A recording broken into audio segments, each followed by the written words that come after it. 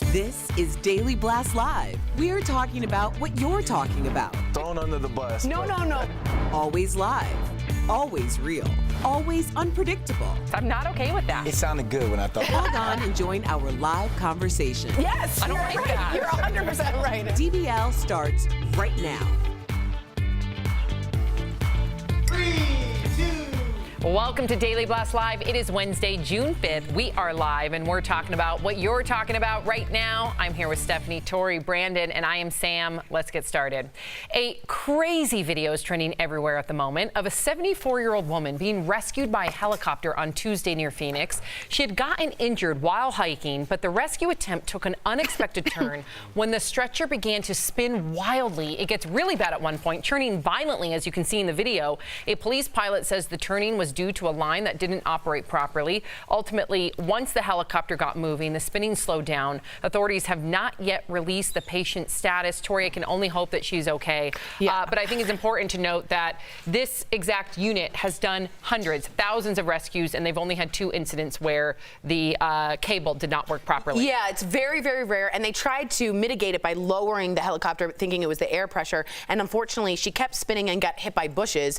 So if you look at it, it feels like you I can't even imagine. Yeah. And I'm praying she's okay, but everyone tried to do their best. It was just one of those rare occurrences. And remember a couple days ago, I believe it was last week, we did the story talking about, it was the 5th host, should you have to pay for your rescue? That's right. Do you think that this woman should pay? Or if, let's say, something would have happened to the helicopter, it would have went down because it spent around or something, do you think that she would have I don't think people should have to pay for the rescues, period. Yeah. Whether it's a negligent rescue, and I don't even want to call it that considering how many fantastic, heroic rescues they have already done. But I don't know, Stephanie, can you imagine? Oh, go ahead. No, sorry. but if she fell on the street, she'd pay for that ambulance. I know, and I don't think you should pay for an ambulance either. That's right. Stephanie, when you're injured, can you imagine the pressure though too of spinning? So her injuries must have been. She must have been in the most excruciating pain. And even if you go on like a ride at a fair and you're going around like this, you're going to be sick. Yep. And also she's like constricted in that bag thing. So imagine if she's been sick on herself, she might choke, she might not be able to breathe. And not wondering what's going to happen. She doesn't know what's no happening. idea what's going on. Is she high up? Is she on the ground? Like who? It's terrifying. Awful. We hope that she is okay, and if we learn any details, we will, of course, let you all know. Well, right now, the armed school resource officer who was on duty at the time of the Parkland shooting is facing serious charges. Former Sheriff's Deputy Scott Peterson was the only armed person on campus when 17 people were shot last year. He was arrested yesterday and now faces multiple charges, including neglect of a child and culpable negligence. Peterson did not go into the building during the shooting. Instead, he hid at the base of a stairwell for 48 minutes, according to a Public Safety Commission report. Here's what he told the Today Show last year. This will haunt me the rest of my life. It will. Those are my kids, those were my kids. So, and that's why it hurts the way it does. I'm sorry. I'm sorry that I didn't. I'm sorry that I didn't know where he was. Or it was one person. I didn't know who it was. The charges against Peterson carry a hefty sentence, up to 96.5 years in prison.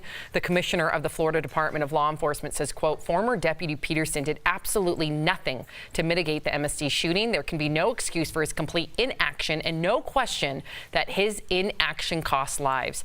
Meantime, Peterson's lawyer is calling for the charges to be dismissed, saying, quote, the state's actions appear to be nothing more than a thinly veiled attempt at politically motivated retribution against Mr. Peterson.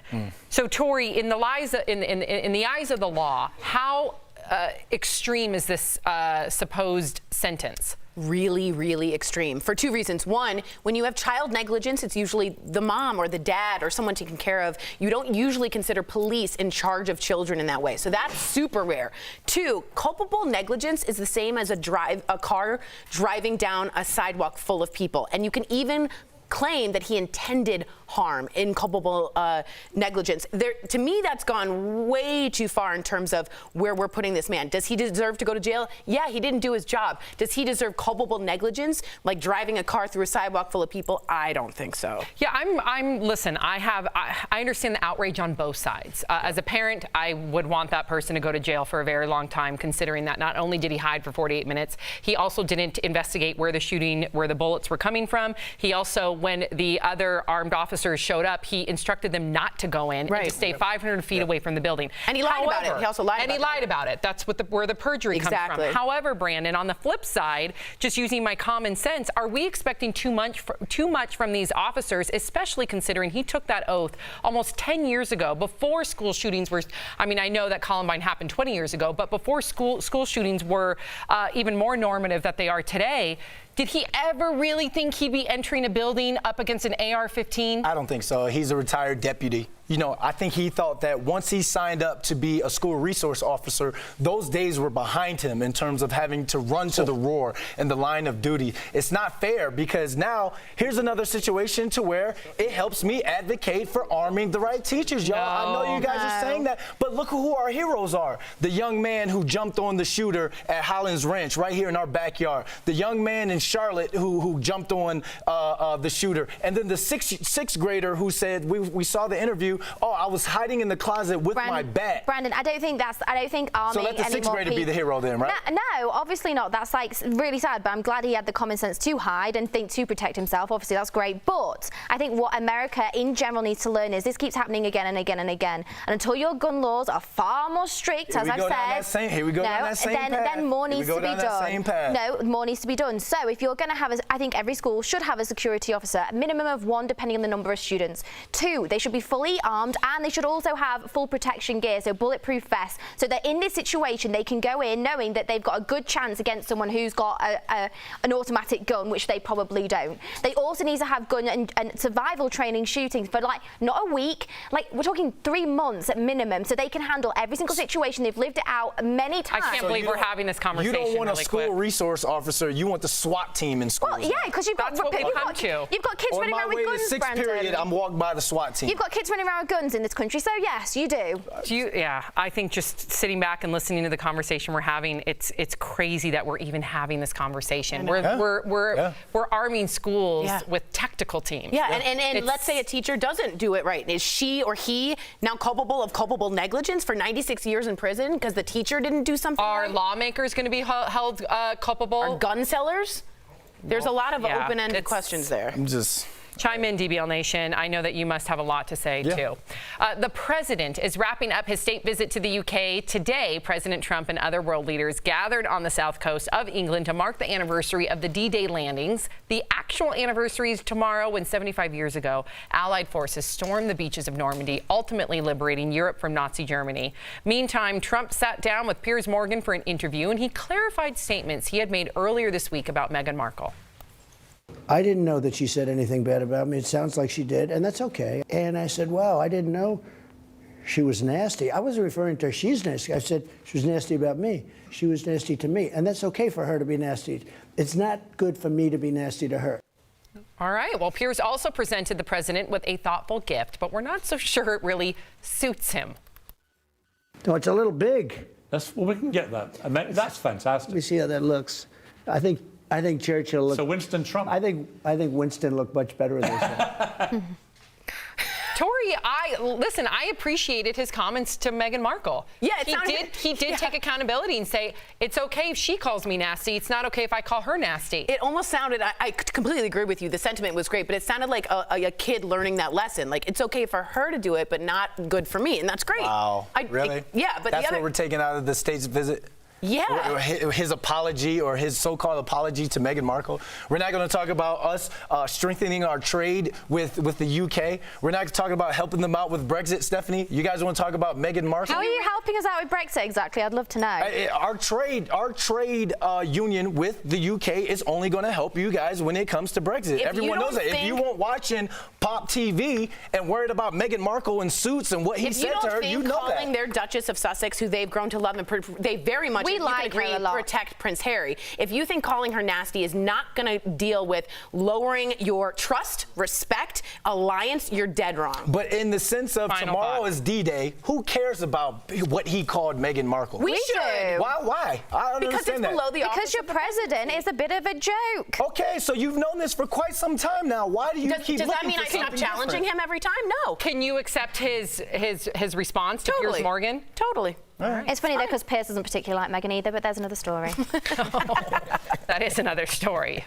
All right, well, Miley Cyrus is standing up for herself after she was groped by a fan. It was all caught on this video. You see the man grabbing her hair and kissing her cheek as she walked through a large crowd. Miley tweeted this response, quote, "She can be wearing what she wants. She can be a virgin. She can be sleeping with 5 different people. She can be with her husband. She can be with her girlfriend. She can be naked. She can't be grabbed without her consent." Miley also tweeted out a screenshot of some of the comments, like this one that says, "You wanted to be sexy. What do you expect?" This is not a narrative that is unfamiliar to any woman that's in this room, unfortunately. Anytime that you wear anything, whether it be short shorts or when I was a waitress and wore a short little outfit, let me tell you, it was short, and somebody groped me, yeah, I deserved it because what I was wearing. That's what I was told. So no one's surprised by this rape culture that is so prevalent still in our culture today. And it's so stupid, and I think you women should be mad because there was a woman who tweeted that comment.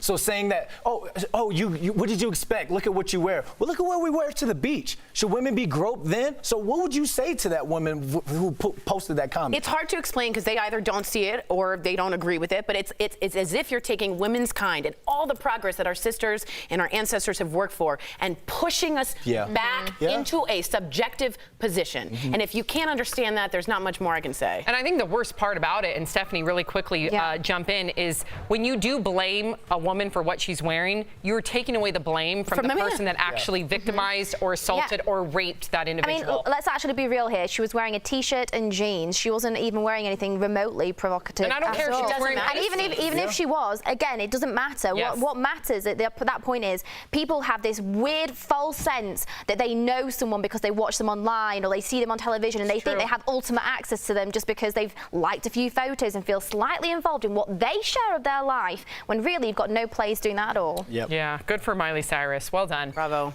DBL's Live will bring you breaking news as soon as it happens. Coming up, we'll show you how a loving dog got a new lease on life after a horrible fire. It is a powerful heartthreads about survival and second chances. And you, the viewer, are our 5th host. Alabama's governor is considering signing a bill into law that would chemically castrate parolees convicted of sex crimes against children. We're sharing your comments about the controversial punishment next. Best. Hi there, DBL Nation. Kelly Schuberth here with the DBL Digital Team. I'm tracking all the breaking and trending news, but I think right now we're probably going to go to the desk and chat with the host.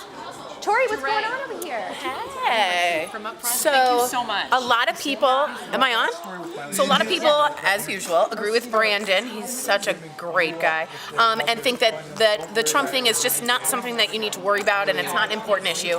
And I totally understand, and I wish I didn't have to talk about it. I wish I didn't have to deal with it, but I do think words matter, and I think it's important to uphold a standard that's higher than myself. But I get what you guys were saying. I'm tired of it too. I'm tired of it. Tired. What is that? Is that Lincoln Park After Dark? Okay, I'm not gonna. Her nails. Is it green?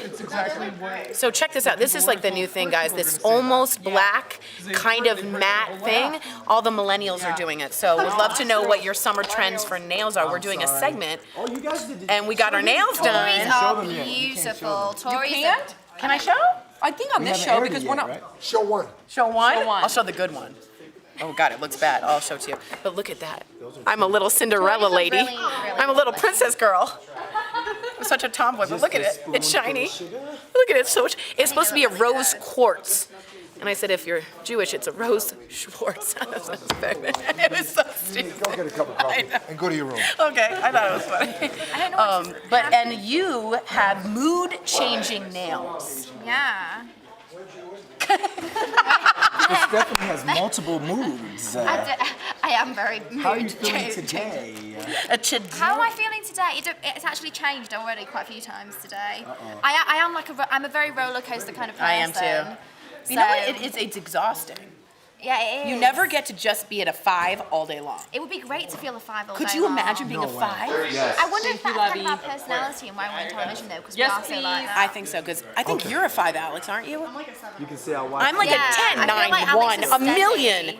Alex is steady. I'm We're either not. like the depths of despair I'm or honest. extremely happy or like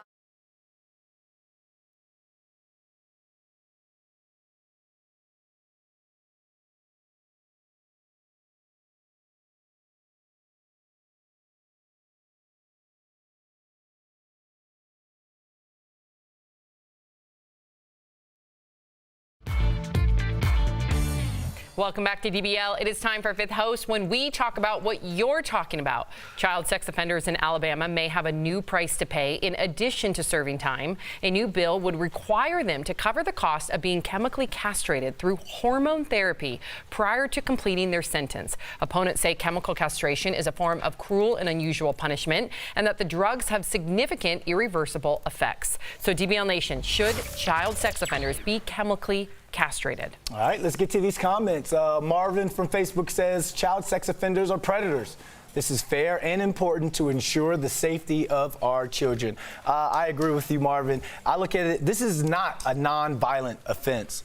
So you can let those people back out, go back into society. But this is someone who took the innocence of a young child. We all have little brothers and sisters, little cousins, nieces, nephews, that sort of thing. You've taken that kid's innocence, now I'm going to take your testosterone. Very interesting point. Patricia from Facebook says only if they're 100% sure that the person is guilty and it's not a false accusation. Good point. Yep. Beautifully said. I think that's why I'm against the death penalty, because if one person is wrongfully convicted, I just don't think you can make up for that. I also want to give some insight. Some of these pedophiles or sex offenders want these chemical castration. It's a pill, it's not surgical, and it helps the urges that they feel they can't control themselves. It kills their sex drive. Yeah, it takes it all the way down. And many doctors will say that once they go off that medication, that they can reverse that chemical castration. Just saying. Shirley from YouTube says, this is fair. They are given a choice, chemical castration or life in prison.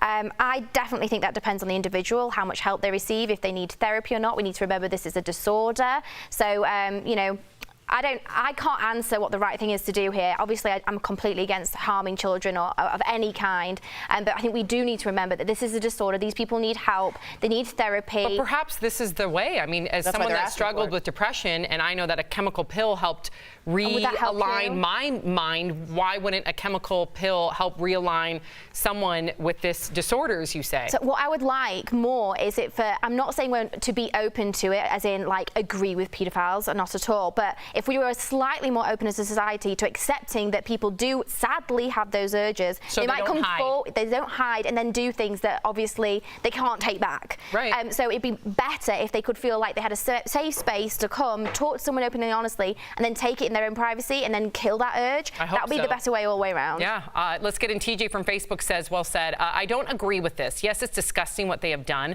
but it's wrong to coerce someone into a medical procedure. It's also not going to stop them from doing anything anyway. There's actually scientific proof that shows if you kill their urges and their sex drive, that it will allow them to hopefully not act out on those urges. So there is proof behind that.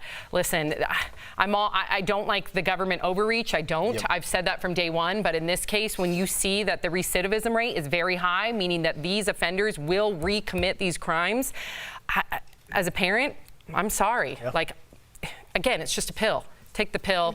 Stop hurting children. I'm okay with this one. Thank you for everybody for writing in. We're getting a lot of comments on this. Wow, maybe we can continue the conversation. But let's get to this bit of news. An explosion on the set of the new Bond movie left the set on total lockdown. Raquel, share the new details. Well, Sam, an on-set mishap on the Bond 25 film left one crew member injured and destroyed part of the set. Reports say 3 explosions took place at the Pinewood Studios in England. A tweet describing the accident says in part, damage was caused to the exterior of the 007 stage, and one crew member sustained a minor injury, but reports say part of the set fell on him and it was described as utter chaos. Now, this is the second setback for the Bond film. Star Daniel Craig is still recovering from surgery after he hurt his ankle during a stunt. My neck, my back. My neck and my back. I want workers' comp if I'm that dude. Hey, we're okay. That's from Friday. Remember the movie Friday? Bye, Felicia. You know how much you can get from a slip and fall? Man, I am suing Sony, Lionsgate, all the gates in the world. If Bill I'm that Gates. person, I'm Bill not Gates, so sure I want my workers' you should comp. announce that to Tegna. Who's paying your bills? Okay, let's Except Tegna. Except Tegna. Coming up next on DBL, a dog's inspiring story of rebirth that emerged from the flames of tragedy. We'll tell you who gave her a second chance at life later in Heart Thread.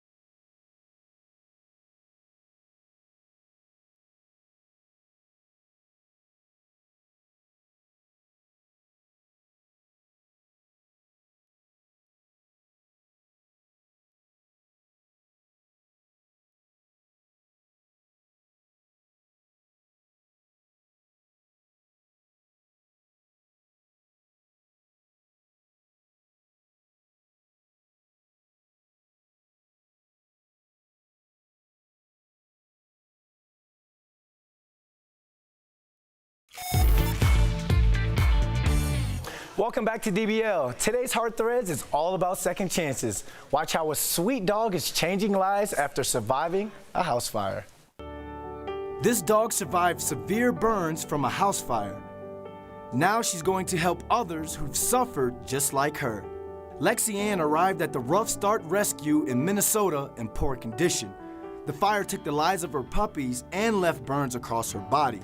And her previous owners thought their only option was to put her down.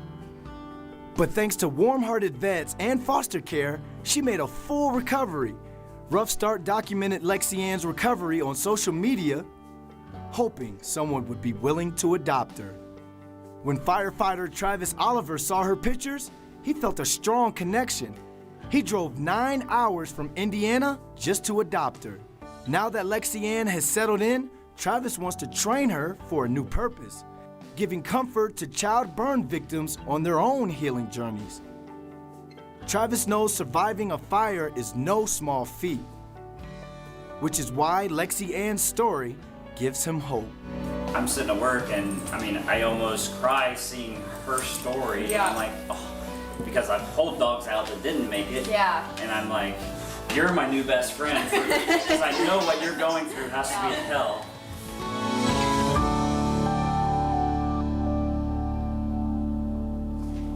Lexi Ann, Travis, your story gives us all hope. We'll be right back. Promotional consideration is brought to you by... All right, hi DBL Nation, Raquel here, and I have a movie review coming your way right now. I saw The Secret Life of Pets 2 last night, and I really liked the first one. And I have to say, I did enjoy the second one, but there are like a couple little things I want to point out for you if you're going to go watch the movie with little kids. There are some scary moments in it. If your kids are scared of the dark, or if they're scared of dogs, like dogs barking, loud dogs barking. I know I was as a kid. There's a lot of that. There's a scene with wolves in it that does come across as scary. And after you see the movie with your kids, I would recommend telling them that wolves aren't the bad animal they get made out to be in some classic stories. And in this one, unfortunately, I wish they hadn't gone with that stereotype. But without any spoilers, just go see it and then chat with them and tell them that's really not what they're like in real life. And then secondly, I enjoyed seeing all the actors as animals. Like, you can really hear their voices. I know some actors kind of change up how they sound for animated films, but this one you can really hear Kevin Hart's character. Tiffany Haddish is in it, really funny. One of my favorites was Harrison Ford. Like, he's just as cool as a dog as he is as a human being. So that was really cool to see. He has a really good role in it, and it teaches kids about bravery and kind of owning scary situations in the world. And it is a good lesson, but like I said, there are some moments where you might have to make sure that they feel okay, because when you're at home, it's different when it's a dark theater and the sounds are coming from everywhere. I did hear a couple kids get scared, but I also heard kids laugh a lot, so it is worth seeing. I'm not trying to detract you from the film. It is cute, it's fun. Even if you don't have kids, you'll enjoy it too if you like any animated movies. I love all the Pixar movies, so naturally this seemed like a little good fit for me. Though it's not Pixar, it was still fun and enjoyable. Well, DBL Nation, let me know, is this something you would watch, or do you think it's too young?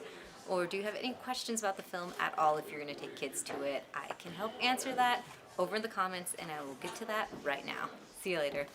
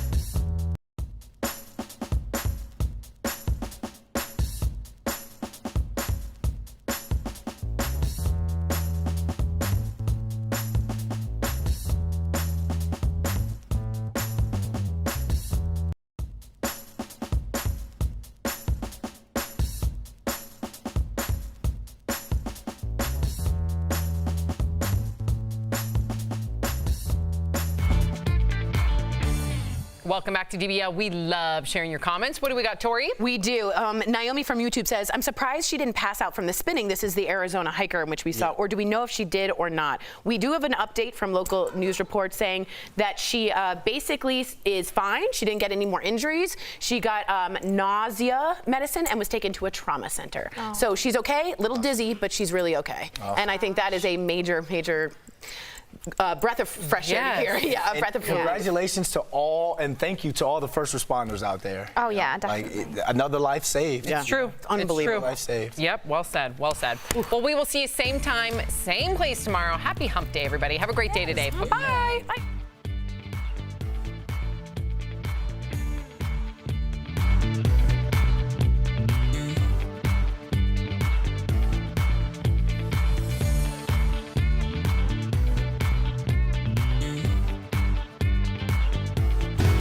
The DBL digital team. I'm tracking all the breaking and trending stories. And right now, I've got a great story for you for Between Shows with Shuby. So you guys know, that's no secret, I like to gamble a little bit. I like to play Mega Millions and Powerball. Yep. Well, the latest Powerball was won by a guy named Charles in North Carolina. Not you. It wasn't me. Well, I'm here. Yeah, you're right. I would probably still come for a while just to not let people know I won. Your chair would be spinning. She wouldn't be here. We would never see I would be her laying again. on the beach, let's be honest, with an umbrella drink. So anyway, his name is Charles Jackson Jr. I love that name, Charles Jackson Jr. He's from North Carolina. He came to claim his $344.6 million prize. He decided to take the lump sum of $223 million, which, in my opinion, as a lottery connoisseur, no. Obviously, I'm not a connoisseur. I haven't won. But you do know about it. I would take the lump sum. That's what I would do.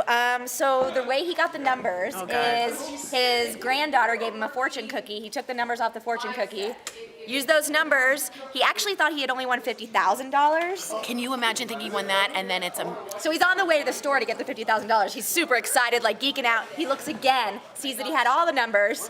Yep, he's going to give $1 million to his brother because they had a deal. And then he's going to give a lot of money to charity, which I love to hear. Charles Jackson Jr. Charles Jackson Jr. Yep, North Carolina winner. As a lottery connoisseur, does the store that sold it get... Yes, they get money. I'm not sure exactly how much in this case. I would assume at least $50,000, maybe $100,000. Good Lord. But I do want to mention that Mega Millions is now over $500 million. The next drawing for that is Friday, so I'll be buying tickets. I bought them last night. I didn't win. That's why I'm here. Oh, I'm so sorry. I'm sorry you have to come to work. Not bitter. It seems like it's bitter party of one. What numbers do you use? How do you pick your numbers? I quick pick. I just pick whatever numbers the machine How about gives picking me. from a fortune cookie? Yeah, that's not a bad idea. Well, no, not to Charles Jackson Jr. No, sure isn't. And his granddaughter gave it to him, which I really like. That's cute. I love that. All right, That's bye guys. so cute. Let us know if you're playing. Bye. Is Daily Blast Live. We're talking about what you're talking about. Because everyone's talking about this. Always live, always real, always unpredictable. You think this hair just naturally stays like that? Log on and join our live conversation. I can't believe I'm saying this. I do agree with you. DBL starts right now. Welcome to DBL. It is Wednesday, June 5th, a very special day around here. It's Jeff Schroeder's birthday! Yeah, buddy. turn up. Bittersweet, getting older. I don't feel like it, but You don't look it. You look good. thanks. I'll still box a kangaroo, you know what I mean? Wait, what? We are live. I'm here with Erica, Jeff, Brandon, and I'm Sam. Al has the day off. Let's get started. A crazy video is trending everywhere at the moment of a 74-year-old woman being rescued by a helicopter on Tuesday near Phoenix. She had gotten injured while hiking, but the rescue attempt took an unexpected turn when the stretcher began to spin wildly, and it gets really bad at one point. As you can see in the video, she's turning violently. Wow. A police pilot says the turning was due to a line that didn't operate properly. Ultimately, once the helicopter got moving, the spinning slowed down. Authorities have not yet released the patient's status. Erica, you can't even watch the footage. Oh no, my vertigo will start. Okay. Like that is terrible. That's horrific. One of your worst fears? Well, I've never even thought of something like that, but I mean, that's insane. But yeah, that's really hard to watch. It's really hard to watch. Just think, surviving. Finally, the rescue crew comes, and then you're strapped on. You're like, oh my gosh, I'm safe now. And then that happening, I can't imagine what's going through that lady's head. I would imagine that you would think that the helicopter's about to crash. Yeah. Yeah, I don't know what's going through your. I mean, are you happy that they found you in the first place. Maybe your adrenaline's already kicking in. You have no idea what's going on. I assume she's okay, right? She is. Yep, we just got an update on her health. Okay, yep. we didn't know earlier, but I'm glad she's okay. I'm glad. I mean, things happen. At least they did get there, though, if you want to keep it half full. And this group of rescuers, by the way, have rescued thousands of different people. They've only run into 2 issues where the cable didn't align properly. So for the most part, I mean, wow, they are very courageous. And Absolutely. Job well done. Right now, the armed school resource officer who was on duty at the time of the Parkland shooting is facing serious charges. Former Sheriff's Deputy Scott Peterson was the only armed person on campus when 17 people were shot last year. He was arrested yesterday and now faces multiple charges, including neglect of a child and culpable negligence. Peterson did not go into the building during the shooting. Instead, he hid at the base of a stairwell for 48 minutes. According to a Public Safety Commission report, here's what he told the Today Show last year. This will haunt me the rest of my life. It will. Those are my kids, you know. Those were my kids. So, and that's why it hurts the way it does. I'm sorry. I'm sorry that I didn't. I'm sorry that I didn't know where he was. Or it was one person. I didn't know who it was. The charges against Peterson carry a hefty sentence, up to 96.5 years in prison. The commissioner of the Florida Department of Law Enforcement says, quote, former Deputy Peterson did absolutely nothing to mitigate the MSD shooting. There can be no excuse for his complete inaction and no question that his inaction cost lives. Meantime, Peterson's lawyer is calling for the charges to be dismissed, saying, quote, the state's actions appear to be nothing more than a thinly veiled attempt at a politically motivated retribution against Mr. Peterson. Jeff, where are you on this one as a parent? You know what? I'm right down the middle. No matter what anybody says, I'm going to say I totally agree with what you're saying, because I do. That man is going to be, I'm almost like emotional because he's going to regret that every second of his life not going in there. And there's something that we all talk about, or everyone knows about, is fight or flight. Yep. He flew. He couldn't do it. He didn't have him in him. That's where you go through the training. That's when you have that training that everything that you know, you're going into that building. That's your training. That's not your mind doing that. But he was a former police officer, and I'm with you on this one. I think this is a sad... And who thinks this is ever going to happen? I think we need to learn from this experience, make an example of this man. 96 years in prison? That's not the example that I want. I want the example that we need to train these officers, if they are going to be armed and on guard duty, that they need to have that instinct to go in there. I agree with you, but he was trained. And I believe me, I think that we're holding the wrong. I think there needs to be some consequences. This guy also, not only did he hide for 48 minutes, but he also did not investigate where the shooting was coming from. So when officers came, he had nothing to report to them. And also when officers came, Erica, he actually instructed the officers to not go inside and remain 500 feet outside of the building while more students were killed. So I'm with you. My heart breaks when I hear him, but at the same time, as a parent, it's like, okay, yes, do we hold him as negligent? Do we hold lawmakers as negligent? Do we hold the FBI, who never reported on the shooter's previous leads, as negligent? What do we do here? It does feel a little scapegoaty. When Parkland children or advocates were marching for their lives, this wasn't a part of what the messaging was. But at the same time, it is a stark reminder that everyone isn't born a hero. I mean, everyone isn't a Kendrick Castillo. Everyone isn't a Riley. You know, these are people who have something in themselves to protect at all costs, even if it means the ultimate sacrifice. And that's the reason why we have Memorial Day, to celebrate people who have that type of instinct inside of them. But I do think that this feels a little bit like a scapegoat. Is he responsible for something? Yes. Is he responsible for the entire incident? No. I think I can agree with that. All right, let's move on to the president. He's wrapping up his state visit to the UK. Today, President Trump and other world leaders gathered on the south coast of England to mark the anniversary of the D-Day landings. The actual anniversary is tomorrow, when 75 years ago, Allied forces stormed the beaches of Normandy, ultimately liberating Europe from Nazi Germany. Meantime, Trump sat down with Piers Morgan for an interview, and he clarified statements he had made earlier this week about Meghan Markle. I didn't know that she said anything bad about me. It sounds like she did, and that's okay. And I said, wow, I didn't know she was nasty. I wasn't referring to her, she's nasty. I said she was nasty about me. She was nasty to me, and that's okay for her to be nasty. It's not good for me to be nasty to her. All right. Piers also presented the president with a thoughtful gift, but we're not so sure if it really suits him. Take a look. No, it's a little big. Well, we can get that. That's fantastic. Let me see how that looks. I think I think Churchill looked. So Winston Trump. I think Winston looked much better this way.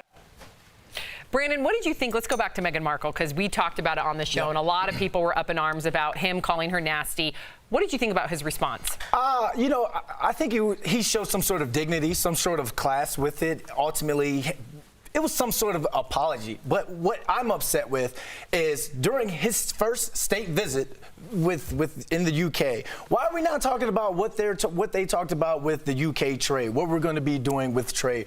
Meghan Markle, we haven't seen her on TV since she came out after having that baby. Why can't we just leave her alone, leave this alone? Why is this is what we're talking about when it comes to this state visit? Why? I see that smile, Erica. No.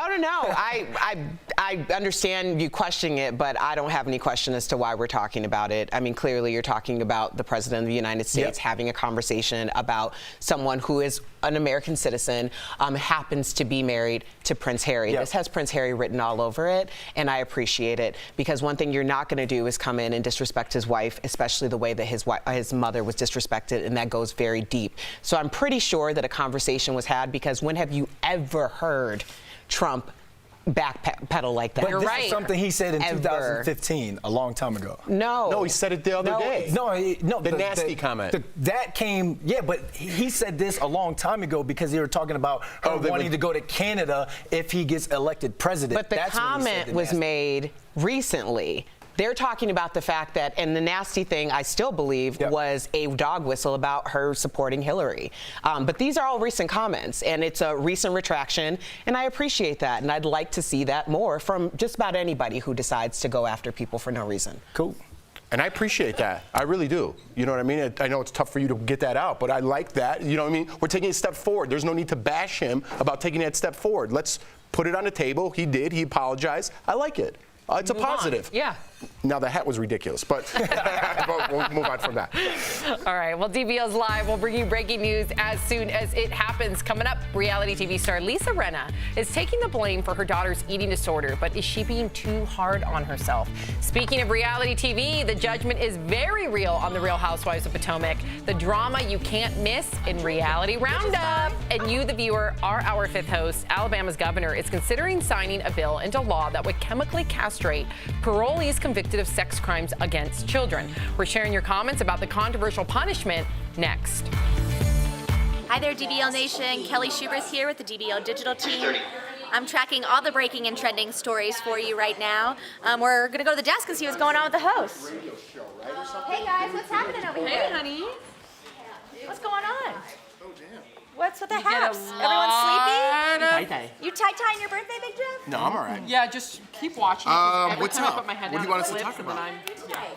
Tonight, Jordan made me like a little cake. Aww. I love this What's your cake. favorite kind of cake? Well, this cake that I grew up on, my mom used to make this chocolate eclair cake with like pudding and graham crackers with chocolate on top. So that was like my favorite cake. So Jordan learned how to make it, and she makes it for me every year. So she made that for me. Sweet. And I'll just go get some crab legs and just chill on the balcony. Yeah, just a nice little night at home. I like that. It sounds like the perfect birthday.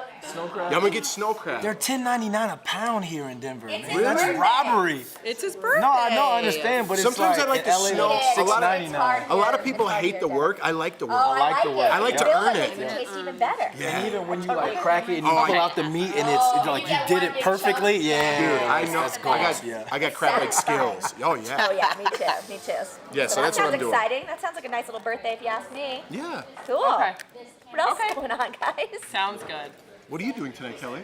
I don't know. How you I have a task rabbit. My birthday. I have a task rabbit coming to move my treadmill upstairs. A task rabbit? Yeah, have you ever heard of Task Rabbit? It's an app, and you can have them do anything. What? I've never done it before, so I'm pretty excited about it. Yeah, they're coming to taskers. It's just like a handyman? Yeah, they'll do anything you want. They'll clean, they'll move your stuff, they'll do anything you want. And each person is like hourly. I know. One guy was $75 an hour, and I was like, you can't be that that's the good. beginning to a dirty movie. Oh my gosh. My boyfriend Chris will be at home with me to protect me. Don't worry. Task rabbit. You know what I mean? Get it? Task rabbit. Oh my goodness.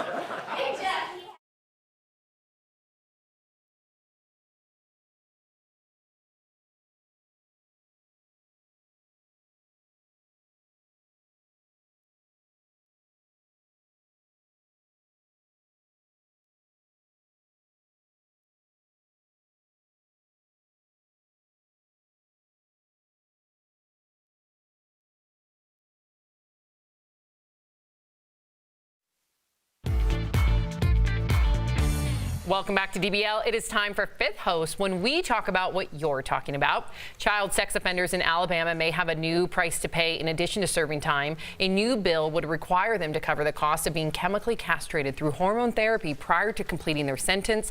Opponents say chemical castration is a form of cruel and unusual punishment, and that the drugs have significant irreversible effects. So DBL Nation, should child sex offenders be chemically castrated? Let's get right to their comments, Brandon. All right, Marco from YouTube says, what happens if there is some unknown side effect? Would the state be liable? Hey, Marco, thanks for writing in, buddy, but I'm not worried about a side effect to a pedophile. What I'm worried about is the side effects of the young kids whose adolescence and youth they just taken. What about those side effects? So I'm all up for this. Jennifer from Facebook says, if someone doesn't want to be castrated, I guess they can stay in prison for the rest of their life. Seems fair to me, considering the disgusting crime they committed. Jennifer, I understand how you feel. It's interesting that they use the term cruel and unusual for the pedophile, but not for the actual act, because that's something that a lot of people never recover from. And it is cruel and unusual to be sexually assaulted as a child or anyone. So I understand what you're saying, and I agree with you. Stuart from Facebook says, good. I'm surprised Alabama is not physically castrating them.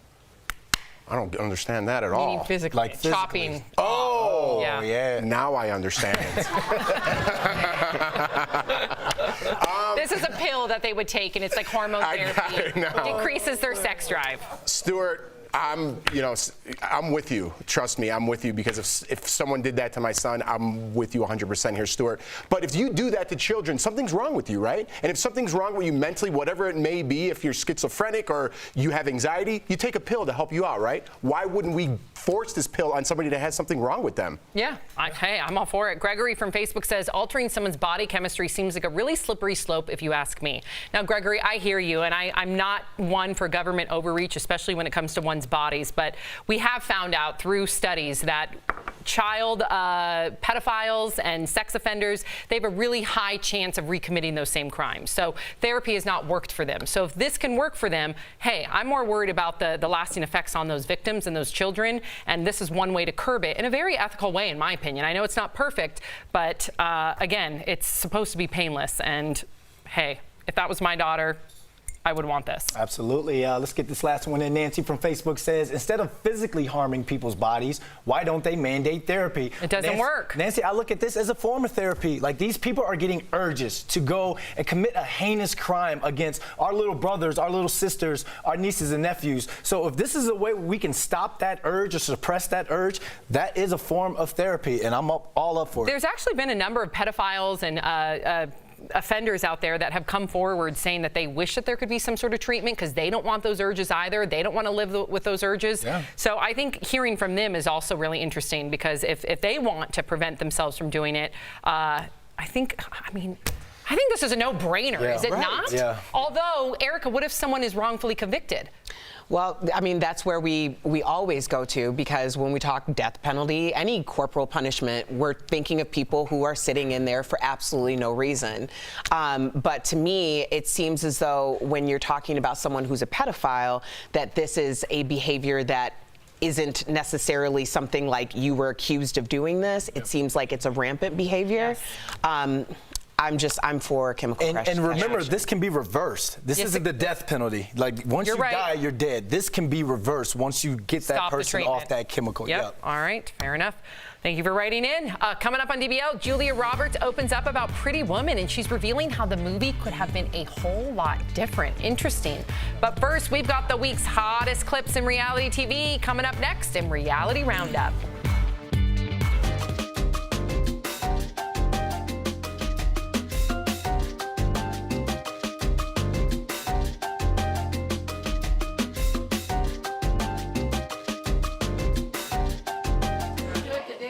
Hey, DBL Nation, and welcome to the breaks, y'all. So we got a trending story today. Eating chicken nuggets increases your risk of early death.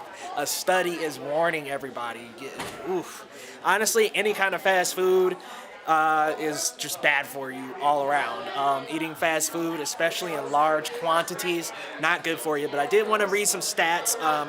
Now, the first study comes out of out of scientists from France and Brazil, and it included over 100,000 French adults. Now, a 10% increase in the proportion of ultra-processed food in the diet was linked with a 12% increase risk of cardiovascular disease and a 13% increase of coronary heart disease. Oof, not good, y'all. And then a separate study from researchers from the University of Navarra in Spain analyzed data from 20,000 adults over 10 years and found that it was linked with a 62% increased risk of death from any cause. So to sum all that up, DBL Nation, stop eating fast food so much. Let's not eat fast food, y'all. Let's ride against this, man, because it's really, really unhealthy, you guys. But write us in and let us know your thoughts about this story. We'll see you next break.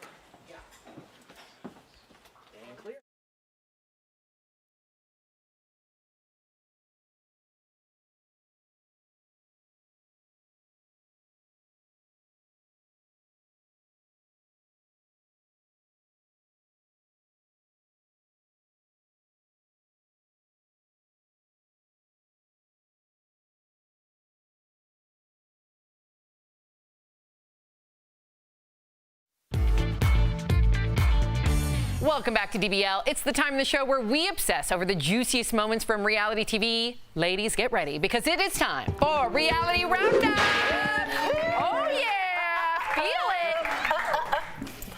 it. You okay? Yeah, I'm fine. All right. Things heat up on The Bachelorette when Hannah takes the guys to a fun game of rugby. Check out Luke's response when confronted by the other bachelors saying he took things too far. You are aggressive. You are abnormally violent. I've done absolutely nothing negative. Your character has shown that you're unstable. You are a psychopath. That's who you are. This is the definition of psychopath. That's the complete opposite of me. I heard people in this very room going, he's a psychopath. He's a psychopath. Is he a psychopath? When you have to convince people with a definition that you're not a psychopath, it sometimes might mean you are. No. Okay, he's not a psychopath, but he's definitely angry. Yes, and he has explained that he didn't like his behavior shown on the show, and he has apologized since then because he doesn't like it, and it's not good. Oh, he just needed a mirror. Yeah, nice. Right. It helps. All right, next on The Real Housewives of Potomac, the ladies head to New Orleans, and after a late night on the town, Candace confronts Ashley for drinking while trying to get pregnant. Check it out. You don't believe it? I'm trying to get pregnant? I feel like if you were really trying to get pregnant, would you be drinking this much? Do you want to have a baby? Do you want to be a mom? Or do you want to be a drinker? Which is fine. I'm always drinking. But I'm also not trying to have a baby. So, there's that. No, Candace, honey, I'm sorry. My husband and I are now anti-Candace, and we used to kind of like her. Oh, that's a She's big a little deal. too judgy for somebody who's been living the high life and never had a job. You want to tell people how to actually get pregnant? You know, a lot of people get pregnant because they were drinking. Girls, bye. That's a You got a whole lot of judgment. A whole lot of judgment. It's a really good point. And she's now anti-Candace. Wow, big deal, guys. And her husband. Anthony, Yes. too? Yes. Wow. All right. Anthony Let thinks me she's very swivel judgy, over. too. Oh, okay. And finally, Abby Lee Miller returns with a new cast of Dance Moms, and tensions are already high. Check out one of the mom's secret weapons to keeping cool.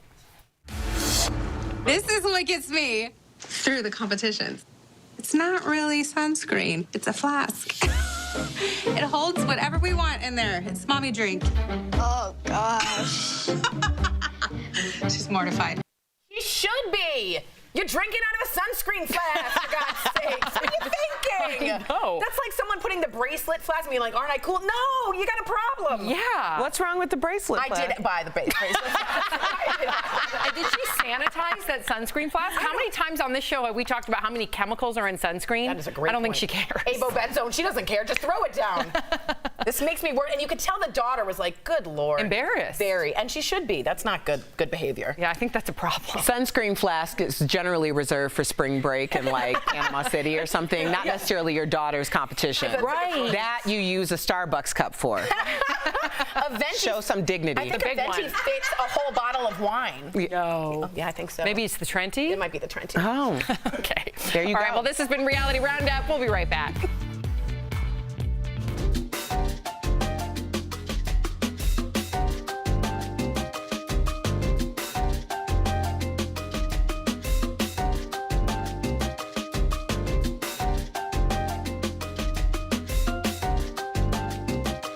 We are live. You know what? Another round of applause for that reality roundup. That had to be one of my favorite ones.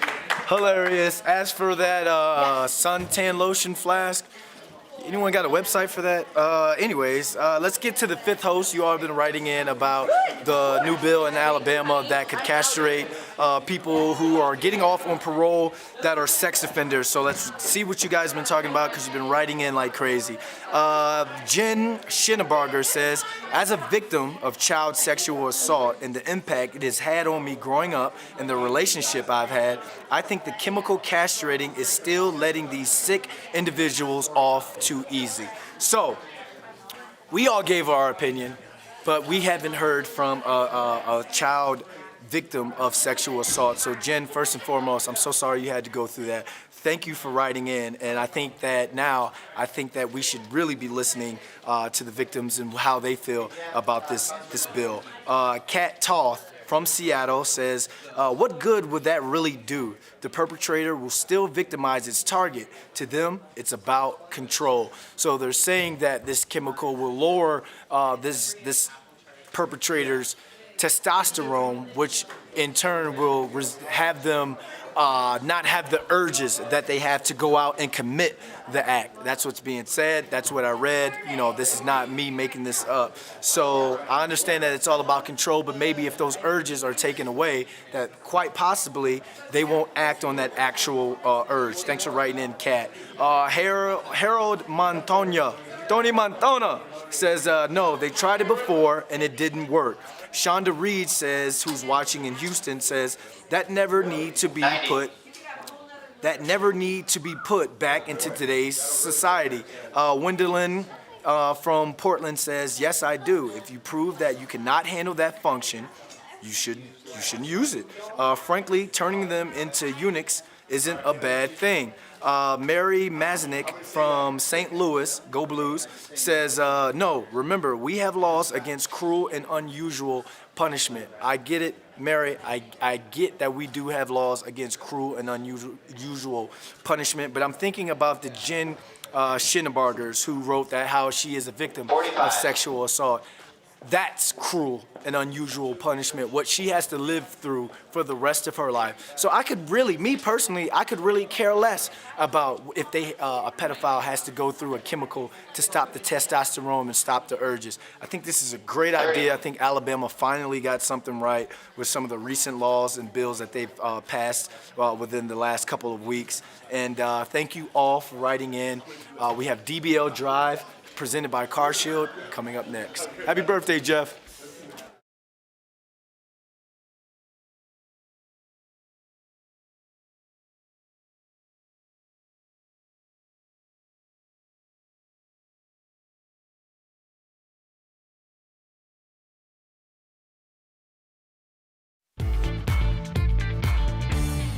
Welcome back to DBL. We all have our own style, and sometimes this extends to our homes and cars. Tori and Al chat about their style in this DBL Drive presented by who, y'all?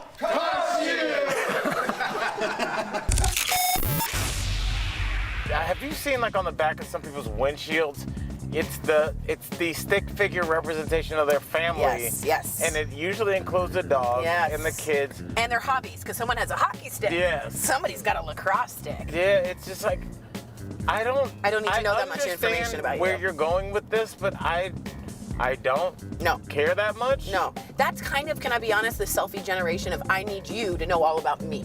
I think there should be just one sticker with just a person crying into their pillow.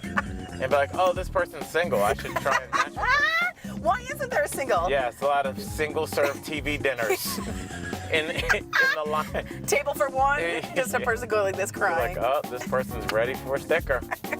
Your car can be a great way to express your style. Try tire artwork to give your wheels some pizzazz. Decals can also be a great way to add some flair. And one item you can use for any drive, an auto protection plan with CarShield. CarShield protects their members from the high cost of auto repairs. Call 1-800-505-9619 for a free quote. Oh no, please no decals on the car. Like Come on, what? That's so tacky. Like baby on board? Baby on board, world's coolest dad, that sort of thing. Like, come on now. I just don't like watching that while I'm I can see you having a decal. What? What kind of person you have to be to put a bumper sticker on your car? Like, how much you have to support that cause? Like, all in. You're When all I was in. in high school, I used to put bumper stickers all over Which my one? cars. All like punk bands. Exactly. Yours was coming up next. Pretty woman Julia Roberts opens up about the role that made her a star. When I turn the last page of the script, I know it's something that I want to do. Why the classic rom-com could have been a nitty-gritty drama. Then Real Housewife Lisa Rinna gets candid about her daughter's eating disorder. Is Lisa putting too much blame on herself? And a shocking story out of Europe when a 17-year-old girl reportedly ends her own life legally. The emotional debate over euthanasia. When DBL comes back.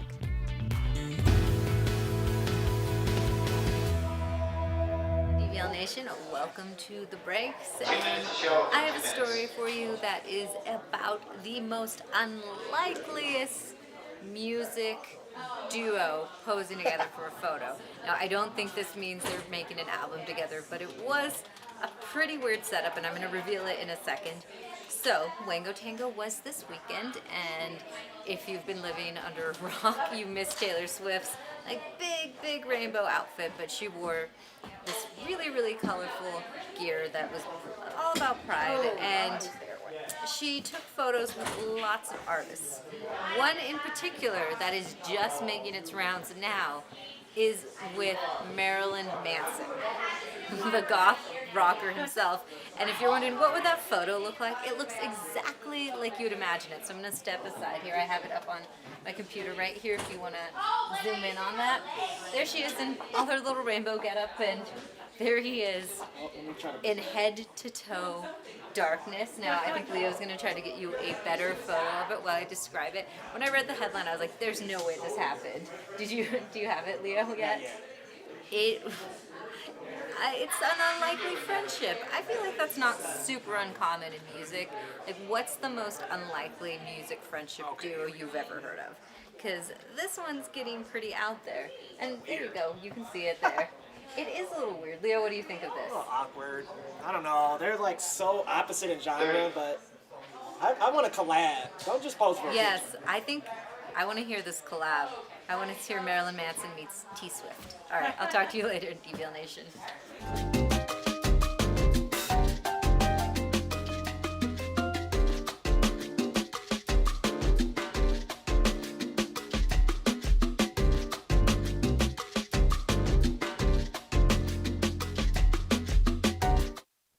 This is Daily Blast Live. We're talking about what you're talking about. Because everyone's talking about this. Always live, always real, always unpredictable. You think this hair just naturally stays like that? Log on and join our live conversation. I can't believe I'm saying this. I do agree with you. DBL starts right now. 3, 2. Welcome to DBL. We are live, and we're talking about what you're talking about right now. Let's get started. Actress Lisa Rinna is opening up about her daughter Amelia's eating disorder. She talked about the dark issues her daughter has with food on last night's episode of The Real Housewives of Beverly Hills. Watch. The scariest thing about anorexia is she going to have this forever? You can't help but blame yourself. You know, it's like, what did we do to her up? Maybe we did something. I don't know. I just know that it's really hard to watch Amelia be in pain. Last year, Amelia posted about her anorexia on Instagram with these two photos. In the caption, she writes, she woke up one morning and decided to stop sabotaging herself. But now Amelia is posting again, saying she has to get off of social media after all the negative comments about her body. I can't even imagine being a young girl in today's age with everything on social media. I mean, we remember looking at magazine covers, right, Erica, and doing comparisons. And I think everything is so amplified with social media. And we have to remember as parents, what you say, your child hears. So if I say, look, I look fat in these jeans, your daughter then is going to interpret that in her own way, shape, or form. Not to place blame on anybody, just our words matter. Yeah, you know, I have to be honest, Sam, I didn't grow up comparing myself to I did not magazine either. I meant covers. generally. Yeah, because I was always not skinny. something- Yeah. Well, for me, body image in that way was not something that, like, I felt the need that I had to be skinny. I saw a lot of examples of very beautiful, healthy women in my family and around me. That was never a thing for me. When I got to high school, I realized it was a thing because people would constantly have conversations about what they were eating, who had the smallest skirt on the dance team, size-wise, things like that. For me, watching that, it was very uncomfortable, but I have to give Lisa Rinna and Harry Hamlin some props because to openly admit that this is what's happening, and the daughter as well, to put that out there, knowing that you're going to get so much negativity, but it's opening up a conversation that so many parents have to have, because I do think that parents are modeling for their children. I just happen to have really great models in that respect. And I can see why Lisa Rinna feels like that about why her daughter kind of maybe got that from her and the husband, because my mom, we always talk to each other. She's one of my best friends. And she always says, like, when I was in the 7th grade, she moved to Atlanta. And she always felt like that was the reason why I suffer with commitment. Why I cannot just commit to a woman and be in a relationship, because it's like, here I am, my mom's my best friend. She was a single mother at a point in time of her life, and then she had to move to go better herself. And it's always hurt me inside, because it's like, I chose to go with my dad because of the football aspect of life. But she's always placed this blame on her, and I'm always telling her it's not your fault. You know? Yeah, parents do place a lot of blame on themselves, but I see this as a learning moment for everybody. I see this as a learning moment to watch my own words around my daughter. I thought what you said, Erica, is so true on how you do comparisons, which I want to bring it then to with me. I was always very skinny. I have to be honest, I always wanted to be curvier. I remember praying for boobs. I remember praying for hips. So I think we have to remember when we talk about body positivity that it's not always about being thinner, because to some people, like myself, I wanted to be curvier. So, and I think we need to treat all bodies as beautiful. And I do think that we're making waves, though. I do. I agree. The conversation's changing, and I don't remember these conversations happening when I was a teen. So. No. Yeah, hopefully we continue to move in that direction. Well, Pretty Woman is a beloved romantic comedy, but there's a lot you don't know about it. Julia Roberts is revealing some shocking details about the film. She says it was originally called 3000 and ended very differently, with her getting thrown out of the car and left in a dirty alley. What? She says when the original idea for the movie fell through, Disney bought it and totally changed the concept. And in that interview, Julia sits down with actress Patricia Arquette. They both talk about how uncomfortable they are being in nude scenes. Watch. But I do think about the mechanics, like how do you get on the set? How do you get off the set? Who's standing there? If I just had to be in a slip, I'd be covered in hives. I would just be so uncomfortable. Now listen to what Patricia has to say about doing a nude scene and the threat she made to the crew. We're gonna roll. I'm gonna take off my robe. If I turn around and I see you and I know you don't need to be on this set, I'm going to come punch you in the face. Oh, well done. What do you think, Jeff? It's hard. I mean, if you go on auditions in LA or Hollywood or wherever you're at, a lot of the times your agent will ask you, will you do nude scenes? And they won't send you on them if you don't want to go. What did you mark? I put no. But I did do one that was pretty risque, my first job, so I took it. But it's the not hot tub one? Yeah, it's not what you think. So it comes off like that, but I was wearing shorts the whole time. She had on like pasties on. We're in the shower. The shower didn't work. They're spraying freezing cold ice water to make it look like a shower. It's the opposite of romantic when you're doing something like that. And there's 100 people around. They all have cameras. Nobody wants to be there. It's very embarrassing, but it's not what you think. It's not romantic at all. Would you rather have a closed set like what Patricia Arquette wanted rather than 100 people? No, I'd rather have more people because it makes it less like intimate. You know what I mean? Like if more people are there, you're like, listen, this guy's doing the grip over here, this guy's doing the lighting, do whatever you have to do and let's get out of here. You know what I mean? Yeah. If they close it, then it's like, you and 3 people. Now it's a little more intimate. But what if you have to show intimacy? Like, wouldn't you want that? Because as an actor, you have to portray that emotion. So you would want intimacy in that. Listen, I'm married. Situation. I'm done with this conversation. I'm sorry, Jeff. I checked. Yes, I checked. Wait, hold I am out. Hold up. Did I just hear we have his video? Oh boy. Oh, we're working on it. It's coming. Listen, so can we? If you watch any of these shows, I'm sure you saw the video. If you watch a week of this show, We might play it get once to the a week. video. We're gonna go to the next story. Maybe we can revert back. I'm sure my mom's proud. The newest X-Men movie, Dark Phoenix, hits theaters this week, but it's already getting torn apart by critics. It has a 21% rating on Rotten Tomatoes. That's pretty bad. Sophie Turner stars in the film. She was at the premiere last night with her husband, Joe Jonas. How many stories are we going to do about these two? Are these two addicted to the spotlight? Earlier this week, they were on another red carpet for the Jonas Brothers documentary premiere.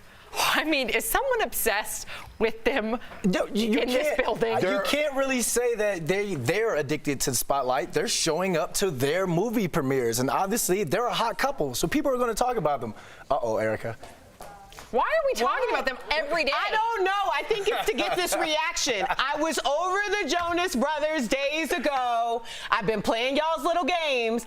I don't want to talk about Jonas Brothers no more. Yeah. Do we have Jeff's video yet? Do we have Jeff's video? Wow. We're going to play my video instead of talking about the Joe Bros? Roll it. I'd prefer that. Happy birthday. Oh, my God. Oh, my God. Ew! Happy birthday. Listen, Hercules. And also, one other thing, that tub thing, she was supposed to be in a tub, but dropped a piece of glass on her foot and like had to get stitches. So they're like, Jeff, you get in a tub. The whole thing was really awkward. So at least if I break it down for you, it makes it a little less awkward for everybody else. Right? Got it. People were covering their eyes in here. Relax. It was very romantic. Brad Pitt gets lost in space in a new sci-fi movie. The trailer just dropped today. Stephanie Jones has a sneak peek coming in hot. That's right. He stars in Ad Astra as an engineer exploring the mysterious disappearance of a mission sent to Neptune to look for my favorite thing, aliens. Take a look. Its objective was to search for advanced extraterrestrial life. The ship disappeared approximately 16 years into the mission. And the commander was? He was my father, sir. This might come as quite a shock to you. Your father was experimenting with a highly classified material that could threaten our entire solar system. All life would be destroyed. We're counting on you to find out what's happening out there. The director pushed back the release twice already because of all the visual effects in post-production, and you guys can catch Ad Astra in theaters at September the 20th. May the force be with you. Oh, thank you, Stephanie. Little Star Wars, huh? Here's something you've probably never seen before, a hologram circus. This is in Germany. The group is now the first circus in the world to use holograms instead of live animals. I think this is fantastic. Fantastic? Yeah. That's boring. That's like being at one of, like when you walk through the mall and they have like that picture that like it ruffles in the back and has the lights and stuff like that with a little music sounding like a waterfall. So what is more entertaining to you? You think I would like to see a controlled circus, a controlled animal circus. abuse? But how else are we supposed to learn about animals if we're looking at light shows? You can learn about animals without seeing an animal being picked and prodded and giving a balloon to balance or a ball to balance on their face. That's athletic. But I said a controlled There's no such thing. You still have to contain those animals. You still have to train those animals. Like you do at a zoo. Like you do at a zoo. So we're going to do hologram zoos? I think, listen, you got to take zoos as a zoo-by-zoo basis. Some zoos are very great with conservation. They bring in animals that wouldn't survive in the wild. Other zoos, not so much. So you got to kind of research your own city. So what if the circus brought in animals that wouldn't survive in the wild? And then poke and prod them and put balls on their face? I don't condone the poking and prodding. It does kind of take the thrill out of the guy who puts his head in the lion's mouth. You know what I mean? Yeah, but come on, you guys. Thanks, buddy. As human beings, do we really need to be entertained that much at the expense of an animal's well-being? Animals are fascinating, Sam. Yesterday with the little fawn that was walking behind Jarvis Landry's daughter, just be more was up in awe. empathetic. I think we can teach our children to be more empathetic with the holograms and say the reason why we don't use live animals is because it causes them pain and distress. And I think that's a better life lesson for the child. And we're getting the rap. And we getting the rap. But he kept going. What am I supposed to do? He's a masochist. Yeah, he just wants to What keep being. circus is that? A masochist? Where's that at? Not one you want to be in. Coming up on DBL, discover the bonds of friendship between a nun and a missionary and how the gifts of sight and love play a role. It's an incredible Heart Threads. But first, a tortured soul who reportedly finds solace in euthanasia. Wow, it's the startling story of a teen girl who may have ended her life legally, and it's next.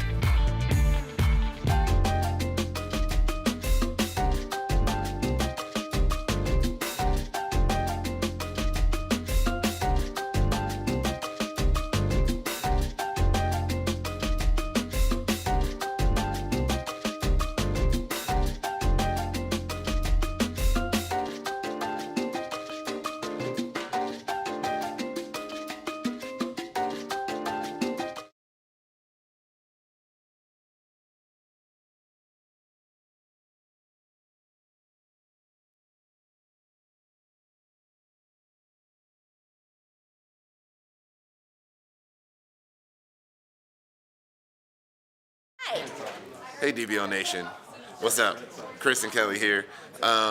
It's Car Shield Day, isn't it? It's Car Shield Yeah. Day. So today they're talking about different things to personalize for your car. They were talking about decals and different like special license plates, whatever. I just don't put stickers on my cars. I think it looks tacky. I had If a you special do, license plate. Go for it. I just don't. No. Especially no.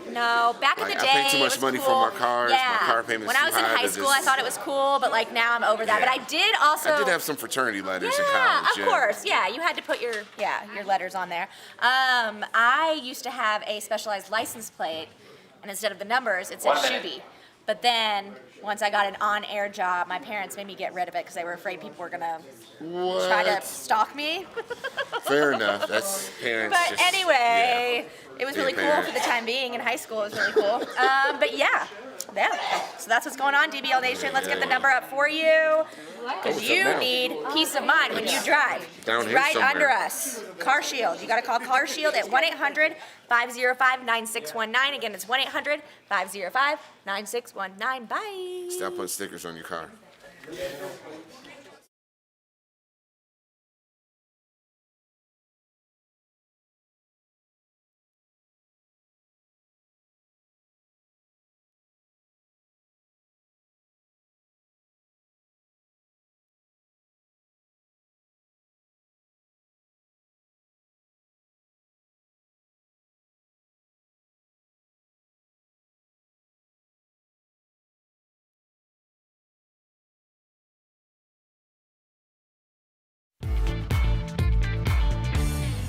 Welcome back to DBL. A 17-year-old Dutch girl reportedly used euthanasia to end her life because she had PTSD from being sexually abused as a child. This is Noah. She was raped at 11 and again at 14. Since then, she'd been dealing with depression and anorexia. Her sister confirmed that she died Sunday in her home, but it is unclear if she passed away because she refused to eat and drink or if doctors played a role. Assisted suicide is legal in the Netherlands. Even children as young as 12 may request end-of-life services, but require a parent's consent. A very narrow window allows for a doctor to give someone end-of-life drugs. Erica, what do you think about having a minor? So heartbroken by the story because I understand what it's like to relive a day of your life and think that if this day never happened, then my entire life would be different. And generally you say that it's going to be different for the better, but people have to understand, regardless of what has happened to you in this life, there is always a path to get over. This story scares me because I can see people folding to the pressure, feeling like I can't get past this incident, I can't get past this day. But it's so important that we say this, that you can get past it. I just watched this thing. It's a book called The Tethered Soul, and it's the idea of like removing or letting a feeling just pass by you. And oftentimes I visualize moving back and allowing the feeling to just pass, because if you can get to that place, it's such a healthier place to be. And I get it, I completely understand. That's why I'm heartbroken about this girl, because you think nothing that I did actually made this act happen. This is something that happened to me. But you can advocate for yourself, and there's life after this. So please, if you're feeling this way, please get some help, because people understand you. I understand you. but it's going to be okay. That's well said, Erica. So given everything that you just said, you can't support euthanasia at this young of an age, can you? No. So why do you think that they allow this? I don't know. At such a young age? know. At 17 years old, you're able to give that consent to do that. At 17 years old, you need tools to help you help yourself navigate through this life. So do you think that they should ban this? Erica, I do. She was raped at 11 and 14. Like, do you feel as though she just felt like she just couldn't go on anymore? Do you feel like she's had help? Like, I can't speak for her. Yeah. I can speak for myself and say that until recently, I felt like I was one of the only ones. Like, things were happening to me because I was somehow cursed. So I get that because people don't talk about it. And you're not cursed, you're just a person who's experiencing things good and bad in this life. And everyone has that. You're not alone, and you're not the one who was chosen for this unfortunate thing. You have to figure out a way or figure out why this happened to you and build yourself from this point forward, because there is a greater life for you, and maybe you can testimony teach to other people. So I just want people to be really clear about what this is, because we just can't spend our entire life thinking about the day that our life fell apart. Wow. Powerful, Erica. I know that we have some resources. Can we put them up, considering everything that we just talked about? Here's some free crisis hotline numbers. Please, if anybody out there is considering suicide, or if you're recovering from any sort of trauma, please reach out, get some help, and just know that you're not alone, as Erica Cobb just so eloquently said. We'll be right back.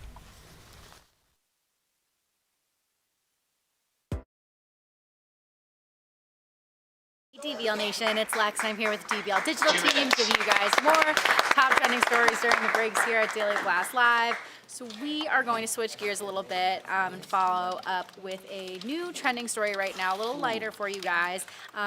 It's about Game of Thrones, so hopefully you all have healed from that. I think I'm finally okay to talk about it right now.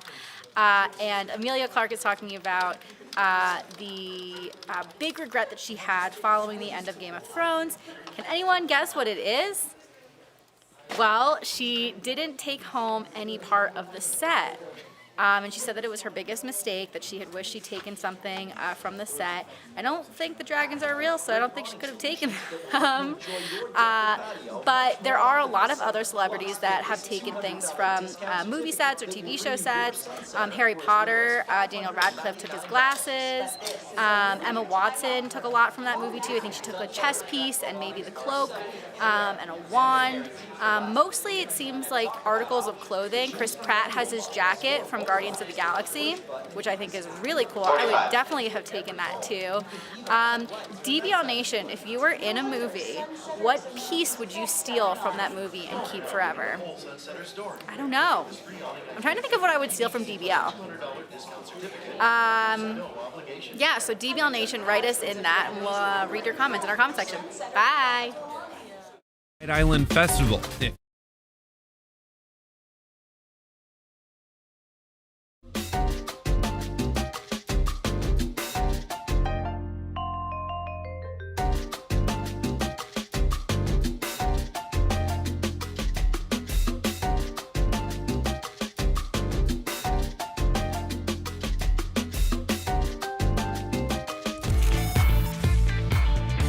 Welcome back to DBL. Today's Heart Threads is all about helping others.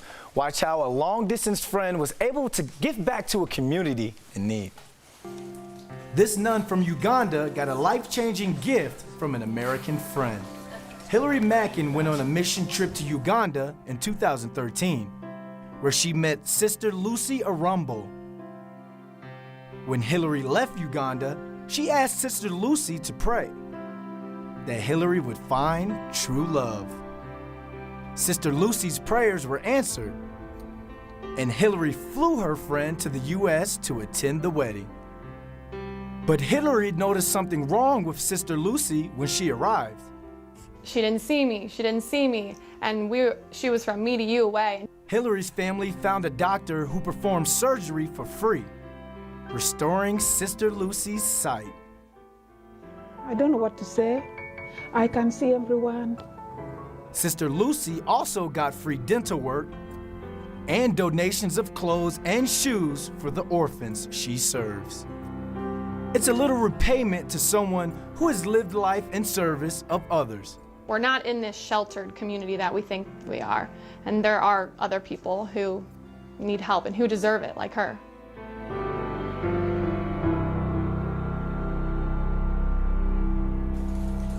God bless you, Sister Lucy. And we're going to be back with a very special surprise. So DBL Nation, don't go away. Promotional consideration is brought to you by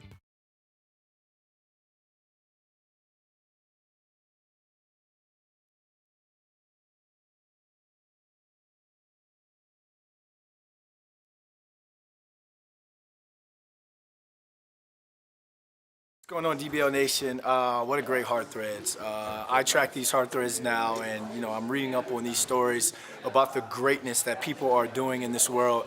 It's been a heavy day today. I thank Erica Cobb. I thank the Lord every day for having a person like Erica Cobb that I can come in and learn from. She's so transparent with her truth, and I just I pray for those out there. And after we just did that story about the 17-year-old who just decided to have assisted suicide, this kind of brings me back to our fifth host that we had today about the bill of being able to castrate those who sexually assault children under 13 years old. You just saw someone who was raped at 11 and 14 years old have some sort of assisted suicide because she can't deal with the pain and go on with her life. Now, we talk about cruel, unusual punishment, and we talk about the side effects to the child molester if something was to go chemically wrong with the chemicals that they're putting to castrate them. But after watching that, I still feel the same way. I'm okay with this bill. But I'm sorry for ranting there. That just hit me hard because I have nieces and nephews around that 11-year-old range. So let's get to some of your comments, these viewer comments. You guys have been talking about stuff all day. Vote to count. We're talking about Lisa Rinna. Lisa Rinna is always under the knife, and that's passed down. Maybe her kid is anorexic or is dealing with anorexia because maybe she's seen Lisa Rinna go through surgeries or whatever. I think that's what Vote to Count could be possibly saying right there. Michael Loveland from YouTube says, shape-shaming will be the last bias to be snuffed out. Racism is easy, shape-shaming, as is shape-shaming. Maybe. I think shape-shaming will go before racism because you're seeing now a rise in curve models. You're seeing a rise in online realtors and clothing departments making a plus size or a skinnier size for women who have different shapes. So I believe, Michael, that shape-shaming will be gone before racism. But thank you for writing it, sir. Rachel Jones says, she's beautiful. Talking about, I believe, Lisa Rinna's daughter. 45. Barb from YouTube says, DBL is obsessed with that video. Poor Jeff. I'm sorry, Barbara. That video is the highlight of me working here. When I get to see El Jefe, like we call him, in that scene. It's too funny. But thank you all for watching. We got the end of the show coming up next. Keep watching. Now it's time for me to go. 20 seconds.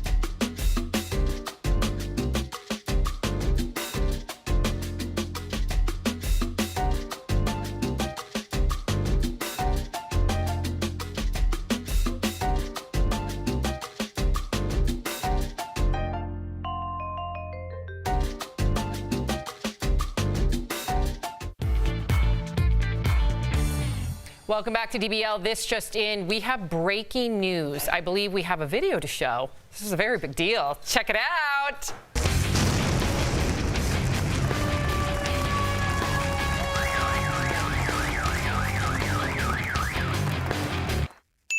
Take a look at this. This is Knockers. He's enormous. The guy got a phone call. Now people are mad. We're in Arvada, Colorado. Did I say that? We'll see you guys tomorrow. Have a great weekend. No, Monday. Seriously. Big Jeff gets tired. Segment's done. Oh, there you are. Ooh, I feel like Bieber at a concert. Hey. It's you. How many times do I need to say, are they crazy? You said it like 10 more times. Are they crazy? Well, the crazy is if we hear your crazy opinion. Look at Al. Wow. Thank you. Wow, that's not the only surprise. Look who else is here to surprise you.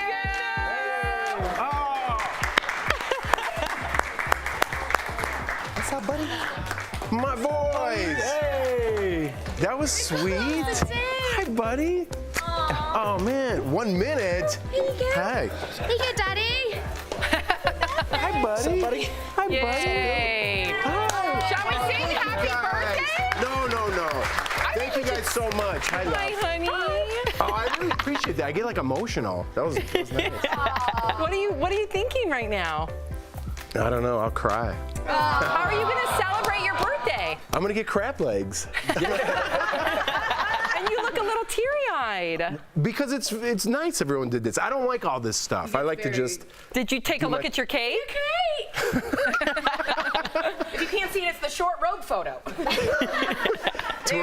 Tori dries up my tears.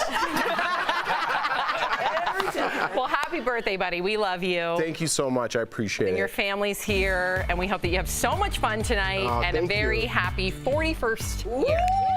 Thank you guys so much. We'll see you tomorrow, same time, same place. Bye, guys.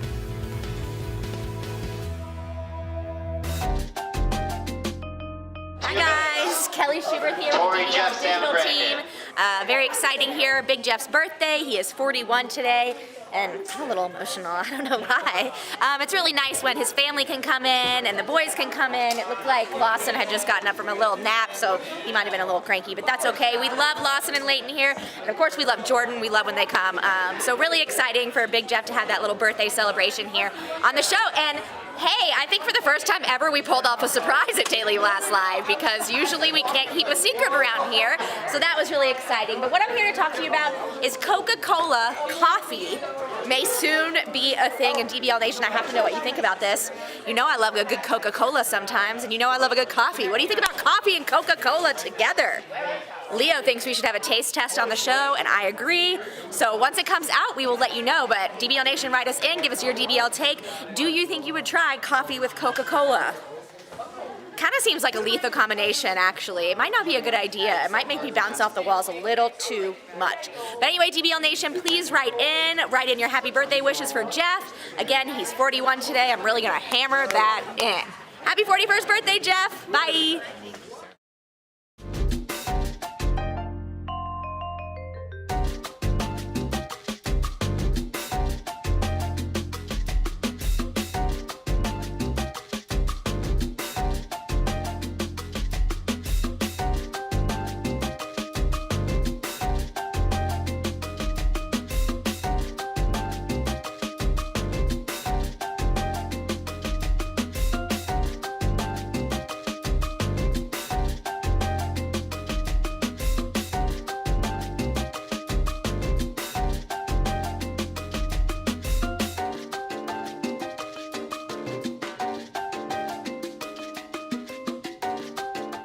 This is Daily Blast Live. We're talking about what you're talking about. Because everyone's talking about this. Always live, always real, always unpredictable. You are totally off base here. Log on and join our live conversation. I can't believe I'm saying this.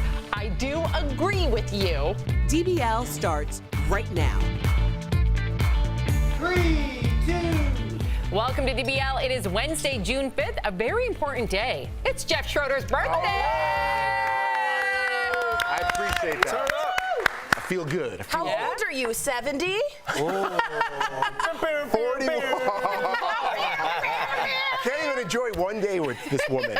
41. But There you go. I feel like boxing a kangaroo. A fake kangaroo. Hologram. A hologram. We'll get talk about that. Good. All right, we will get to that. I'm here with Tori, Jeff, Brandon, and I'm Sam. Al has the day off. Let's get started.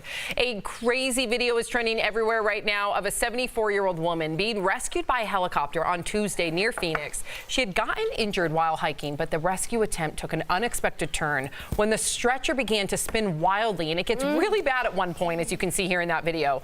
A police pilot says the turning was due to a line that didn't operate properly. Ultimately, once the helicopter got moving, the spinning slowed down. Authorities said she was treated at a trauma center and is listed in stable condition. Thank God. Oh my Tori. That's like the worst cup and saucer ride you could ever have. I would think, to be honest with you, you don't see anything when you're in that stretcher, right? You're covered. So I would think that the helicopter's going down. The helicopter's going down. Now, I read up a little bit. She's doing fine. They gave her nausea medicine right away because she was feeling very nauseous, but she was so tightly strapped in that it protected her from getting hurt from this. So she's okay, just dizzy and nauseous. And this is rare. Very, very rare. A line literally, like the cable didn't work. It's only happened like 2 times, you said. Yeah. So out of like hundreds and hundreds, so. But good on that rescue team for getting her in the first place. You know what I mean? This is a freak accident that happened. Everything ended up okay, but good on that rescue team. They work hard every day, so good on that. Very true.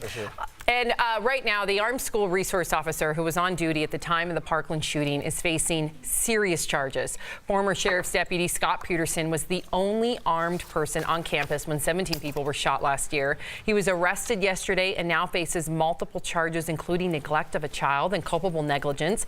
Peterson did not go into the building during the shooting. Instead, he hid at the base of a stairwell for 48 minutes, according to a Public Safety Commission report. Here's what he told the Today Show last year. This will haunt me the rest of my life. It will. Those are my kids, you know. Those were my kids. So, and that's why it hurts the way it does. I'm sorry. I'm sorry that I didn't. I'm sorry that I didn't know where he was.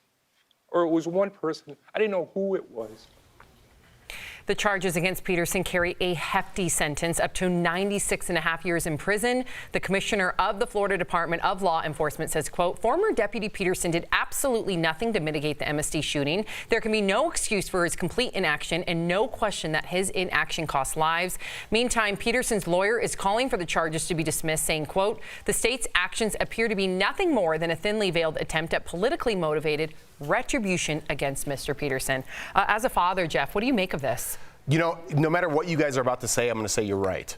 No matter what side of the fence you're on. As a father, if I had a child in that school, of course I'd be angry at this man, but I can't pin everything on him. No. There is a shooter that did this. Yep. I understand what his reaction was. You have a flight or fight reaction. He fled. He's going to live with this till the day he dies. Every minute that he breathes, every child that he sees, anytime he mentions a school shooting, which is every week it seems like now, he's going to have a breakdown. This man is serving a prison in his own mind. I don't think putting him inside a prison for 96 years is the answer. Yeah, I agree, Jeff. And at the same time, it's like we failed our children again. You know, because we can talk about the NRA, we can talk about the gun laws, we can go after the people with the manufacturing the laws, but this is the one person who had the gun and he failed our children. Let's just think about the Highlands Ranch shooter. Let's just think about the shooter at that university out in North Carolina. It was unarmed children, kids, who ran to the roar and tried to jump on the shooter. Speaking of those children advocates, and if you saw me looking down at my phone, I was trying to see what David Hogg, what he thought about this. Yeah. You remember David Hogg is one of the students from Parkland. He's now wildly known as an activist. He's very progressive. So I was curious what he thought about this. He wrote, "It's about damn time." Wow. So to give him some time. To have Scott Peterson fired and criminally charged. He wrote, "It's about damn time." And I know this doesn't speak for all the Parkland students, but it is interesting to hear someone like David Hogg, who typically is more, I would say, more progressive when it comes to these type of things. So the other thing too is that not only did he hide, he lied about it, right? Yeah. So when he tried to say what he did, he didn't own up to it. So I agree that he should see some jail time because he was the only one with a gun and didn't do his sworn duty and also lied about it. However, when you're held for culpable negligence, I hope you guys know that's the same as a car driving down a sidewalk full of people. So it's that bad is what they're claiming. That's going to be a hard thing to prove that he did that and not the shooter in that respect. We'll have to wait and see. see. Moving on, the president is wrapping up his state visit to the UK. Today, President Trump and other world leaders gathered on the south coast of England to mark the anniversary of the D-Day landings. The actual anniversary is tomorrow, when 75 years ago, Allied forces stormed the beaches of Normandy, ultimately liberating Europe from Nazi Germany. Meantime, Trump sat down with Piers Morgan for an interview, and he clarified statements he had made earlier this week about Meghan Markle. Watch. I didn't know that she said anything bad about me. It sounds like she did, and that's okay. And I said, wow, I didn't know she was nasty. I wasn't referring to her, she's nasty. I said she was nasty about me. She was nasty to me, and that's okay for her to be nasty.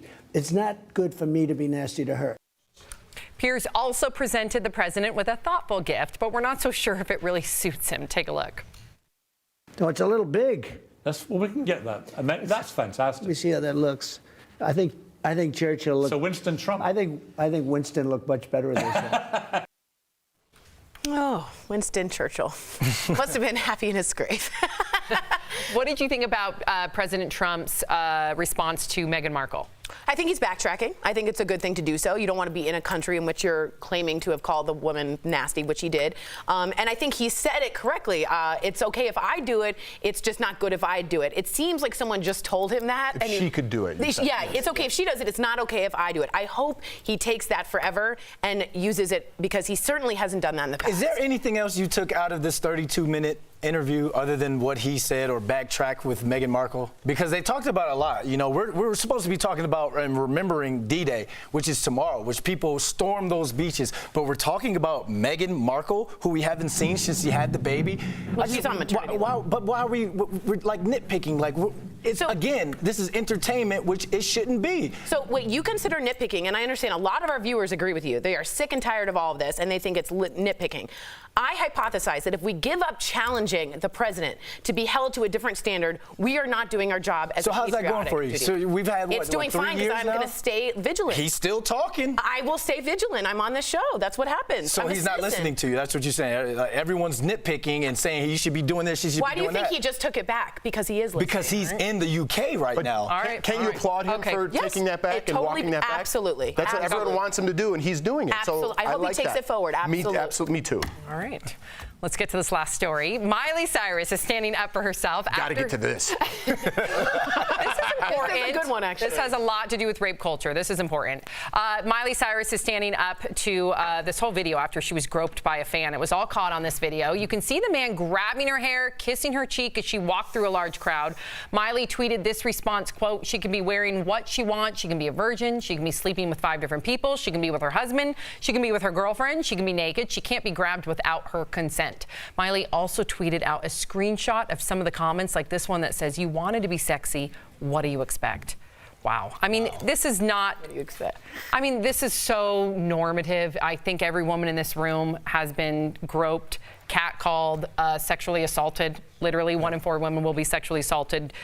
So it's sad. I mean, it's sad that I'm not shocked by the responses that Miley Cyrus is getting, that she was assaulted in a crowd. I'm not shocked at all. But what shocked me is that it was a woman who made that comment. So what would you say to that woman who's saying, like, oh, you want it to be sexy, this is what you get? I would say, so if you wore short shorts, or if your daughter wore short shorts, then your daughter deserves to be groped or sexually assaulted or even worse, raped. That's what I would say to that person. And I would add on to that is exactly what Sam said, is you're pushing us as a gender backwards. We fought so hard to be able to talk about this on daytime TV, and Miley Cyrus saying, "I will have consent." That's a beautiful thing to see in 2019. If you say you're asking for it, you're only pushing back those that have put themselves forward and really done a lot of work to pave the way. And you're also removing the blame from the people that are actually raping and assaulting people. That's horrific. That too. Yeah, no, I agree with you. I'm shocked. You're not shocked. I'm completely shocked. Growing up, I've never grabbed a woman anywhere. None of my friends have ever grabbed a woman. We've went out plenty.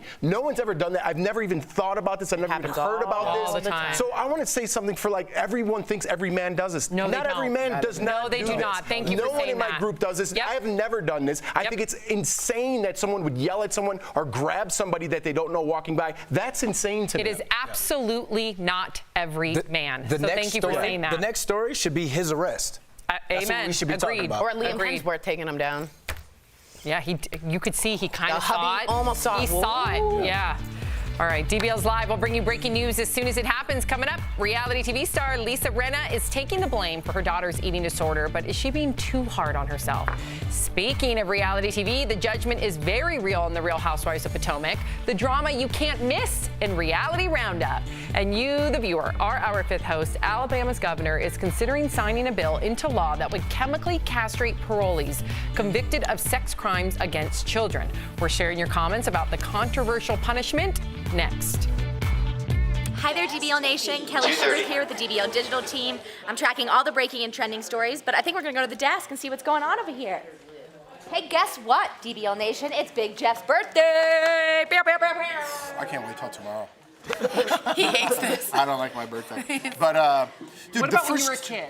Yeah, of course. But so I don't know if I told the last time. So my mom texted me and she's like, what do you want to do for your birthday? And I saw the text and I just texted her back and I'm like, oh, we're gonna come in for Leighton's birthday in September. And she's like, no, your birthday.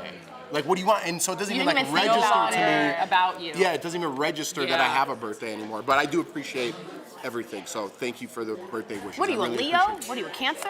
Gemini. A Gemini, the twins. Gemini. The twins. Absolutely. Say things twice on this show. Make sure you guys understood. Those first two stories that I could have talked, or not the first two, the Parkland shooter I could have talked about forever, and Trump I could have talked about forever. The Parkland shooter, there's no real answer. There isn't. There isn't. I feel for that man, and at the same time, I'm angry at that man. Right. I'm like, I'm in the middle. I have so many emotions. On the flip side, which I know we didn't have enough time to talk about, what if he had seen someone going in that school with what appeared to be a gun and shot that kid in the head, and it turned out it was just a sandwich or something? That's an interesting point. So he's too aggressive. He's going to go to jail for the rest of his life. He's not aggressive at all. He's going to go to jail for the rest of his life. How do we train someone to be in between there? I get that, but in the moment that they aren't expecting, even if you're training for And it. then imagine asking a teacher to do that. Well, I wouldn't ask a teacher to do it. I would ask someone who thinks that they are But why not prepared. a teacher? But Jeff, here I am. Because if we could train some teachers, now that one resource officer has backup right there. He was trained, and you're saying if we train it, it'll work. That guy had training. He was a deputy. He was a sheriff. But he's never. I don't know if he's ever encountered a situation like. If No, it totally matters. Okay. It totally. He You have to was be. a senior police I think we officer. could learn from this man. Yeah, but no one expects someone with a semi-automatic to go into a school. Like you don't expect that. But if you're a school you know? resource officer in 2019, you have to understand. I know, but I that- think we could learn from this man and instead better of like. train. Yes. I don't. I'm like, but if I'm. We're in between. Yes for everything. You know what I mean?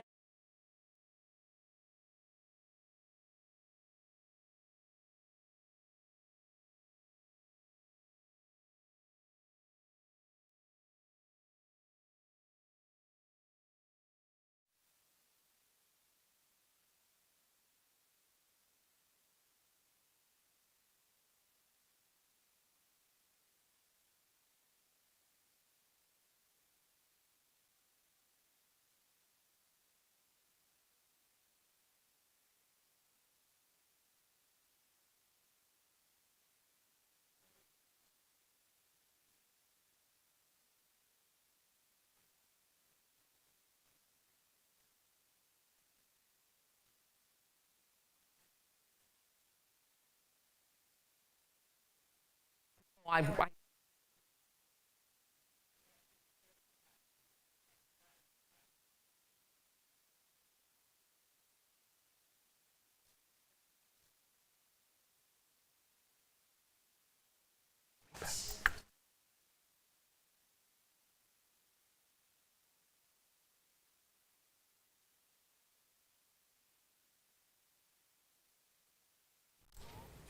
Welcome back to DBL. It is time for Fifth Host when we talk about what you're talking about. Child sex offenders in Alabama may have a new price to pay in addition to serving time. A new bill would require them to cover the cost of being chemically castrated through hormone therapy prior to completing their sentence.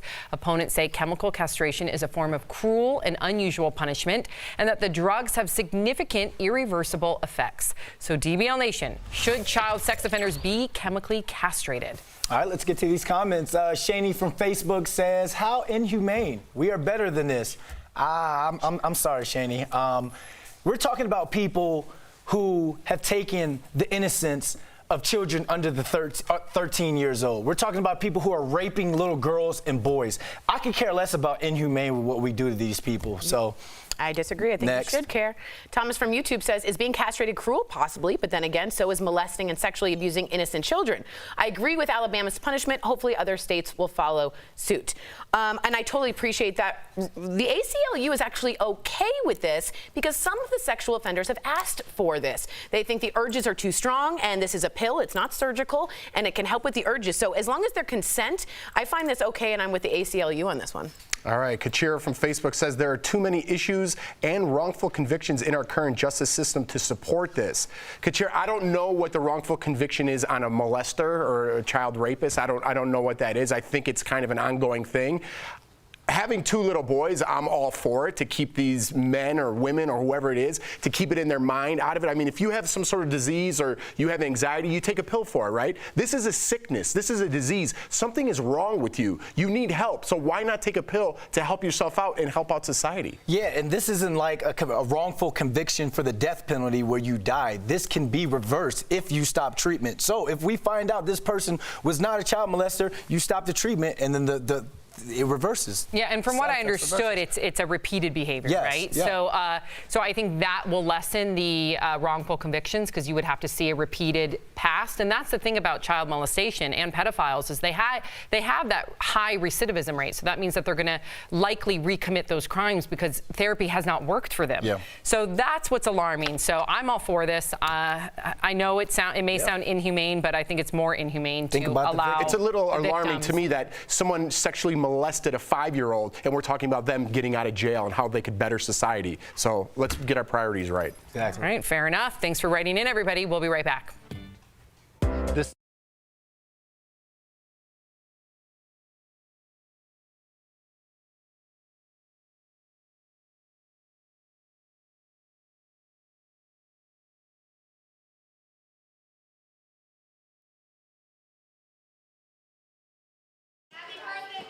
Hey everybody, welcome to The Breaks. I got a trending story from WUSA 9 and DBL Nation. While I'm talking about the story, please chime in. I would love to hear you guys' thoughts and opinions about this. But Boston, a group wants a straight pride parade in Boston, and the internet isn't having it. And I don't blame the internet. Now, Boston officials told Mass Live, which is a Massachusetts website, masslive.com, that the group has been in contact with the city, and one of the group's organizers, named John Hugo, told the Washington Post that he and fellow organizers feel they're an oppressed minority. And I went ahead and did the liberty and looked up some demographics of LGBT population in Boston, and this is from this Williams Institute survey was from 2013. It was only 12.3%. I can't see it going up to 70, 80 and becoming the majority. So the oppressed minority comment is clearly, according to the statistics, not necessarily true. It's a sticky story and it's a weird story, DBL Nation. I would love for you to chime in on this one because it's just a little bit weird, and I think their head is in a little bit of a weird space. So DBL Nation, write us in, let us know what you think about this story, and we'll see you next break. And clear.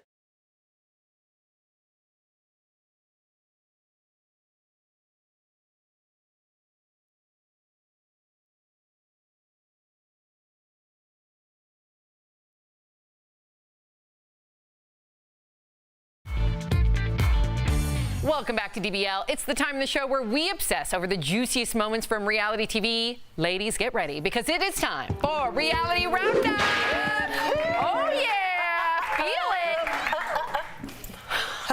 You okay? Yeah, I'm fine. All right.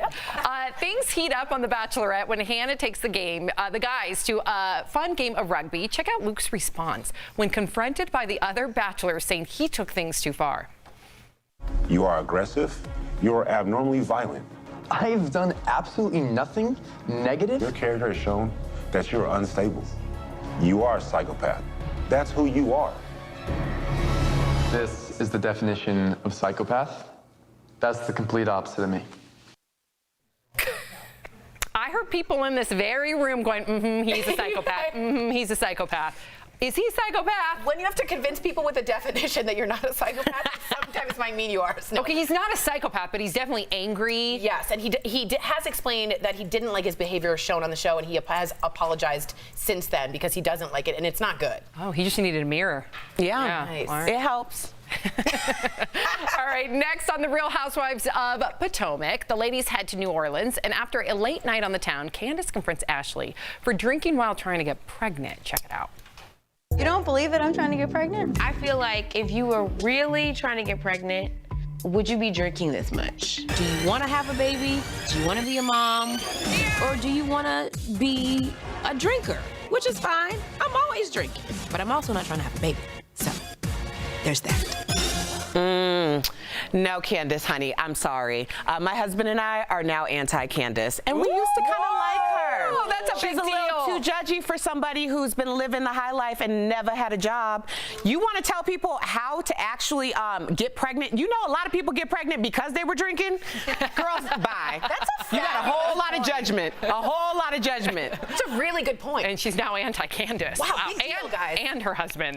Anthony, Yes. too? Mm-hmm. Yes. Yep. All right. Anthony Let thinks me she's very swivel judgy, over. too. Oh, okay.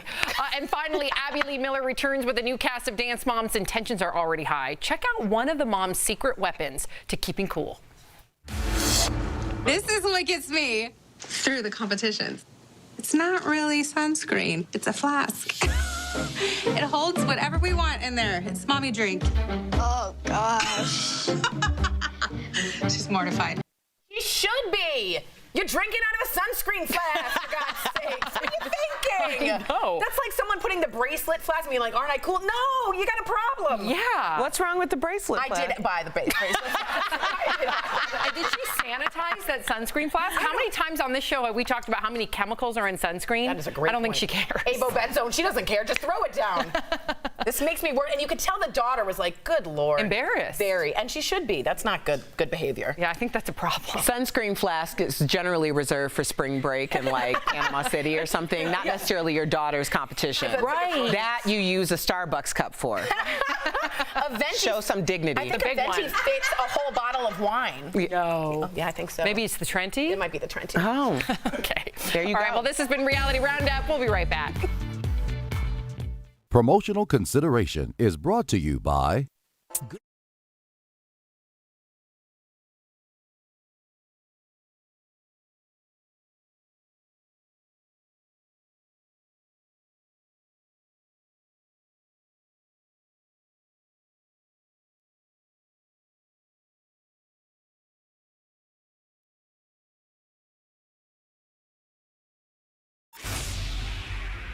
Hey DBL Nation, I know, not the face you were expecting, right? Well, it's the face that I want though. It's kind of freaking cool, okay? Welcome back to another episode of Beauty Blast, guys. I'm Jeray for this lay. Today we're talking about LED mask. Dr. Dennis Gross actually has been hooking us up, and I really want to talk to you guys about this product because it is life-changing. Now, if you don't know about LED light therapy, today's your day, guys. These are amazing products that will help to make sure that you're actually smoothing, brightening, and actually resurfacing your skin at times too. Now, LED light therapy can be used with red, blue, green lights, but with this light mask, you have the option of red, blue, which kind of looks a little bit more pink blue to me, and a mix of red and blue. The red is going to help with anti-aging. This is going to help to make sure that any wrinkles or texture in the skin is being smoothed out and being plumped up as well. Now the blue, which looks a little blue-pink to me, this guy is going to be helping with acne. If you suffer from acne, this is going to be the best for you. It's going to help to make sure that we're diminishing any bacteria and helping to make sure that you can prevent acne breakouts as well. Now the last one is a mixture. This is great for people who have adult acne or who maybe have suffered from acne scarring or who just have a little bit of everything going on. This is going to be the light that you want to be on. Now the best part about this, guys, the treatment is only for 3 minutes. It's auto shut off. You put it right over your face for about 3 minutes here and relax. It even comes with a little hair pull or a adjustment so that you can keep this on your head and kind of walk around and do whatever you need. Now personally, I like to lay back and enjoy this and you know, relax for my full 3 minutes. Make sure that I'm keeping it keeping my beauty time for me, guys. So guys, as you can tell, this mask is amazing. It's practically the future. You can have a whole life therapy just for you at home without seeing a professional, without leaving your house. Who doesn't want that? So if you need one, check it out at Sephora.com, Nordstrom, Dillard's, or just go to drdennisgross.com and get yours today. Now, you just witnessed another great episode of Beauty Blast. Make sure you click that subscribe button and follow me over at Jure for the Slay. We'll see you guys next time.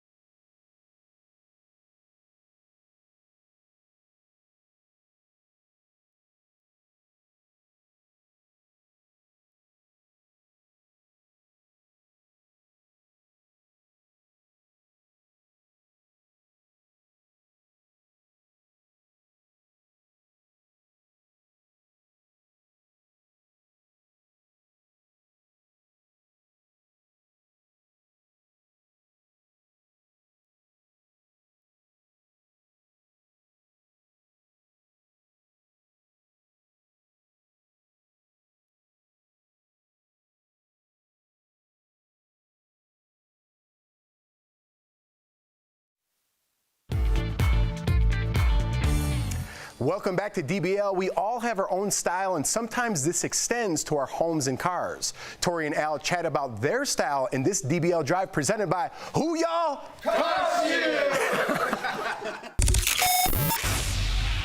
Have you seen, like, on the back of some people's windshields, it's the stick figure representation of their family. Yes, yes. And it usually includes the dog and the kids. And their hobbies, because someone has a hockey stick. Yes. Somebody's got a lacrosse stick. Yeah, it's just like, I don't need to know that much information about where you. you're going with this, but I don't care that much. No. That's kind of, can I be honest, the selfie generation of I need you to know all about me.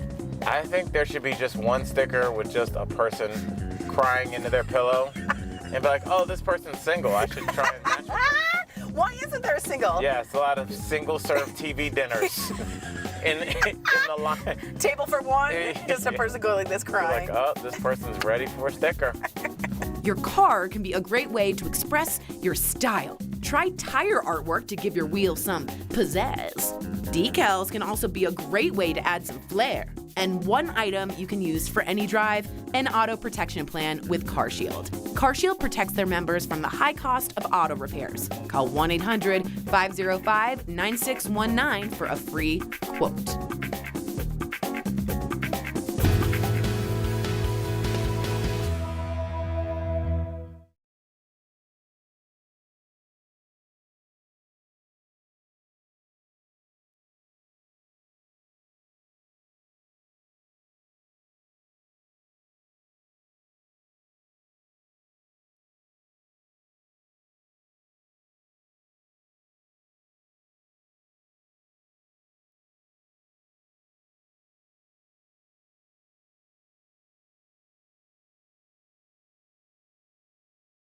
Hello, guys. Happy Wednesday. Why are you so close to the camera? I just like to get really in and intimate with people. Why, is that too weird? You're all up in, like, standard distance is one Brandon's arm length away, which is pretty long. Oh my god, my arm is actually really long. Whoa. To say the height difference. What about your between hand? us. What about your hand? Okay, this is completely off topic here, but look at that. That is crazy. That is crazy. Anyway, Hi, welcome back to The Breaks with me, Stephanie. Not seeing you today. How's it going? Hopefully very well. Hope you're doing marvellous today.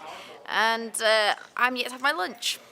So, we've had lots of comments, loads of comments on our fifth host day, and you guys need to keep writing in. And we were talking about in Alabama, they're thinking about or passing a law to give paedophiles I don't know if it's an option, but to take a pill which will control their sexual urges and testosterone, and we've not got enough time to talk about it.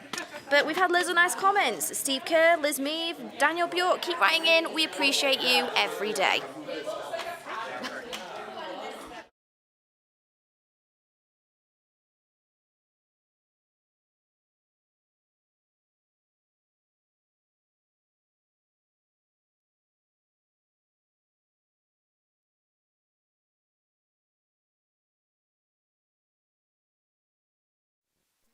This is Daily Blast Live. We're talking about what you're talking about. Because everyone's talking about this. Always live, always real, always unpredictable. You are totally off base here. Log on and join our live conversation. I can't believe I'm saying this.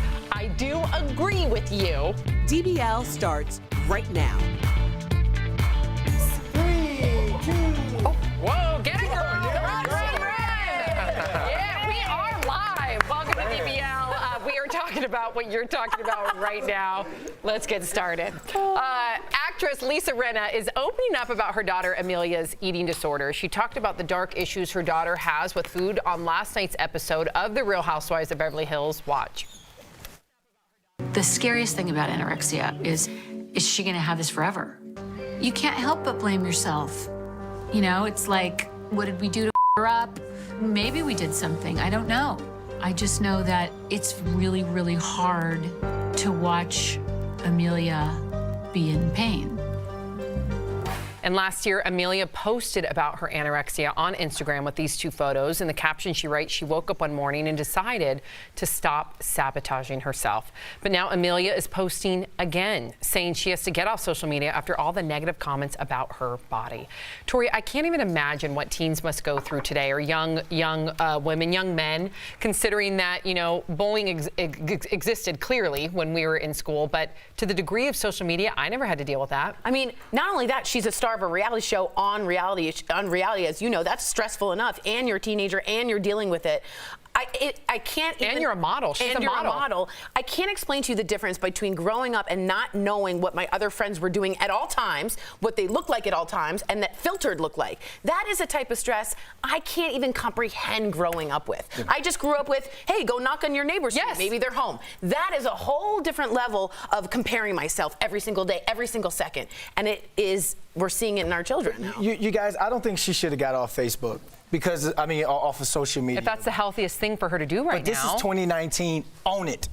That's not going anywhere. She did own it a year ago. Own it. She owned it a year ago. Start a blog. Start a vlog. She did a year ago. So make sure you continue that and use the people, because, yeah, you're going to get hate comments, negative comments, but there are going to be people out there who are going to be like, hey, what you said today on your vlog helped me get out of bed today. Help me go through my bullying that I'm going through. Maybe she couldn't get out of bed that day. I think she might have been in that hole, and sometimes you need some space. Okay. I'm just saying, like, try and grab it, flip it, and you know, because body shaming and body positivity is a big thing that's going on right now. You're right about that. So, I'm glad you brought that up. Tori, we have come a long way. I look at the language, the vernacular that our young kids are using today. I look at the stories that we cover and how we celebrate all different shapes of bodies, and we talk about skinny shaming versus fat shaming. None of that existed when we were teenagers. No, and I think that's the right step in the right direction. I think schools need to address that social media is not going anywhere. Yeah. We need to have classes on how to deal with social media, how people should act on social media. Not everyone's going to follow that. Not everybody graduates high school. You know what I mean?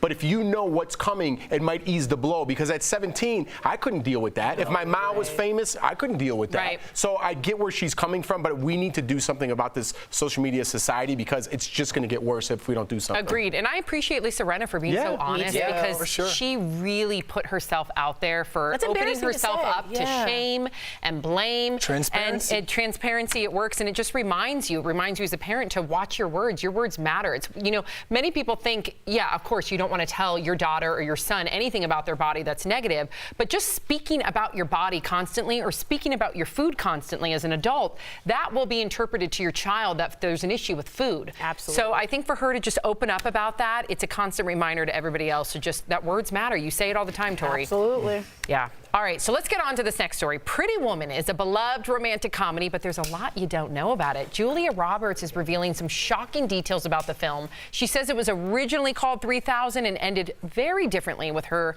getting thrown out of the car and left in a dirty alley. What? She says when the original idea for the movie fell through, Disney bought it, totally changed the concept. And in that interview, Julia sits down with actress Patricia Arquette. They both talk about how uncomfortable they are being in nude scenes. Watch.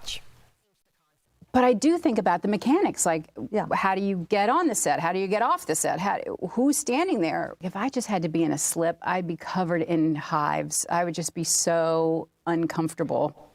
Can't even imagine. Now listen to what Patricia has to say about doing a nude scene and the threat she made to the crew. We're going to roll. I'm going to take off my robe. If I turn around and I see you and I know you don't need to be on this set, I'm going to come punch you in the face. Oh, well done. I love Julia Roberts. I think what's so interesting, and Patricia Arquette has been a major person in Time's Up and the Me Too movement, that there's now someone called a consent counselor on set. So that when there is a sex scene, it's not awkward because you have someone there specifically to make sure, are you comfortable? Are you comfortable? Make sure it's a closed set, that no random Although dudes this have one to be doesn't there. like a closed set because, you know, he had that risque scene. He Remember did. that risque We have scene? it. Let's just take a look. Oscar-worthy, we do. Wow, I'm going Here we right go. to Don't even let me explain first. Is the bath scene? Oh, it is here. Okay, good. Oh, boy. I can't watch. Oh, boy. Listen. There's a put her in the Uber after? That's how I do. It was a limo. It was a limo. But you thought a closed set, you told us earlier that you felt the closed set would be almost too intimate. Yeah, so let me explain a lot what was going on in there to show you how not intimate it really was. Like when you kiss on set, I don't want to get too detailed here, but you don't use your tongue or anything like that. I think that's pretty standard for every movie set that you're on. That bathtub I was in, she like cut her foot, had stitches, her foot was all wrapped up. Oh no. And they're like, Jeff, you get in the tub. So there was no sexiness there. I did another scene where I was in the shower. The shower didn't work, and they had to spray cold water from outside on my head, and I had to make it look romantic. There was nothing sexy about being on that set, even though it looks like that. I'd rather have more people around, more people doing what they need to do with the lighting and this and that, than closing the set and making it more intimate. Unless you're nude, which I think is what Patricia Arquette. If I take my robe off and you're a dude that doesn't need to be there, I don't want to see. I mean, all for one and one for all. If you want to see it, go for it. Did you feel vulnerable? I wasn't naked, by the way. I had Did you swim feel trunks on. vulnerable at all, even with like your little swim trunks? Yeah, I mean, of course it's embarrassing. You know, I'm not like a professional actor. That was very, like maybe one of the first jobs I've ever done. I would never do it again. After that, you could check off if you want nudity or not, you know what I mean? But I'm not embarrassed about that. What I would be embarrassed about if I did a car commercial and didn't use my hands to close the door Do you have that? and then try to close it with my hips, maybe that would be embarrassing.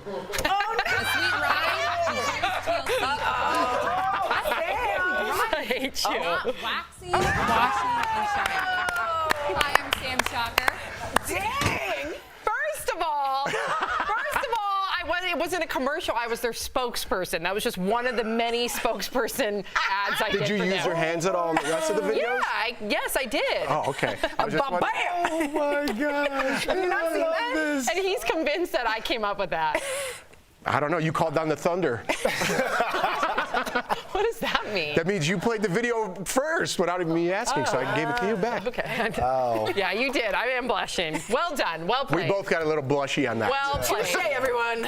All right, the newest X-Men movie, Dark Phoenix, hits theaters this week, but it's already getting torn apart by critics. It has a 21% ratings on Rotten Tomatoes. That's pretty bad.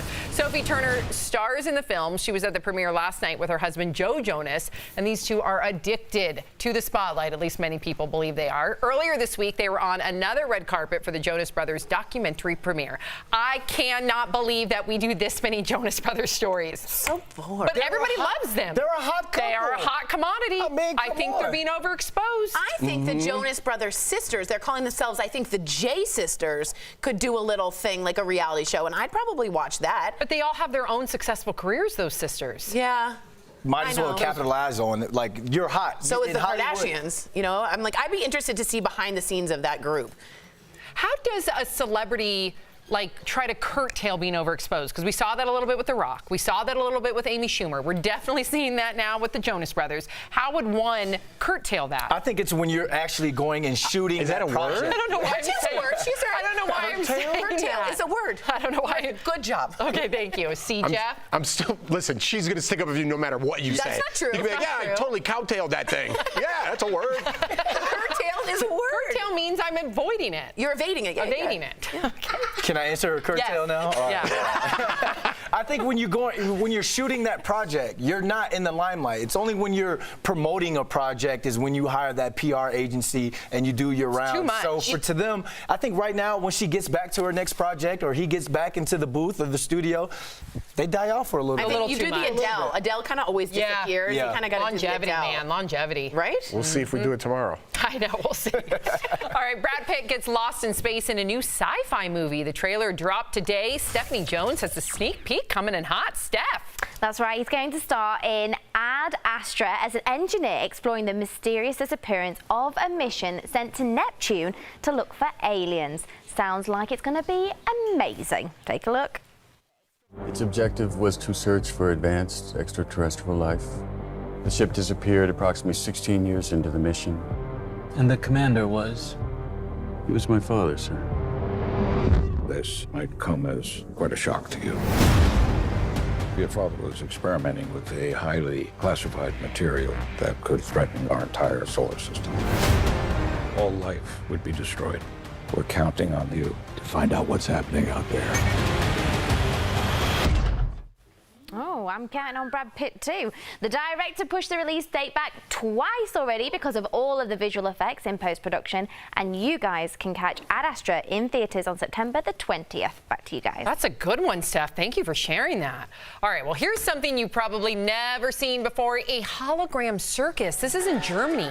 The group is now the first circus in the world to use holograms instead of live animals. That is absolutely awesome. Why is that awesome, Sam? Because it's more ethical, it's more humane, as opposed that's not to an elephant. That's a light show. First of all, aren't you the one to advocate for like Amy Winehouse and all the other performers to do their tours as holograms? I want them to do holograms, yes. Okay, so what's wrong with this hologram? Because that's not an elephant. If I want to look at an elephant... That's not Amy Winehouse that's performing for you. I know, but she's dead. There's millions of elephants across the world. There actually isn't. Okay, but there are a lot of elephants. Okay, and maybe not millions. There's millions of animals that have actually been abused because of the circus. This is more humane. You're going to abuse the light show? Look at that electricity bill right there. Now that's abusive. Okay, you can't compare lights to animals. No, I understand that, but how are you supposed to teach? You're always talking about teaching. How are we supposed to teach kids, hey, this is the way an elephant moves? Not by hooking them and electrocuting them. You go to zoos. I understand, but circus elephants have been notoriously mistreated, terribly shocked to do things. They have hooks through their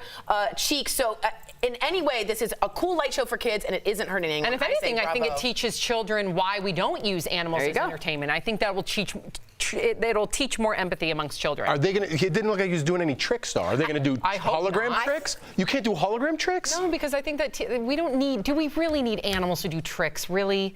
Well, that's the circus. Are we that bored that we have to? Yeah, but we've grown, we've evolved. It's a hologram. They should be dancing around like Dumbo. A backflip, at least. At least a backflip. Yeah. I'm with it. God. You're with the hologram. I'm with. Yeah. You're with it. I'm with you. No. Yeah, come on. All right. I know. You were just talking about boxing a kangaroo. All right. A hologram kangaroo. Yes. Yes. Coming up on DBL, discover the bonds of friendship between a nun and a missionary and how the gifts of sight and love play a role. It is an incredible Heartthreads, but first, a tortured soul who reportedly finds solace in euthanasia. It's the startling story of a teen girl who may have ended her life legally, and it's next.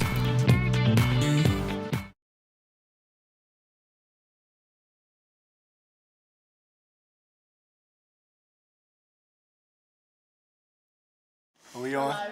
I'm going to do the wink Jeff did in the limo scene. Okay. You're driving, you look back.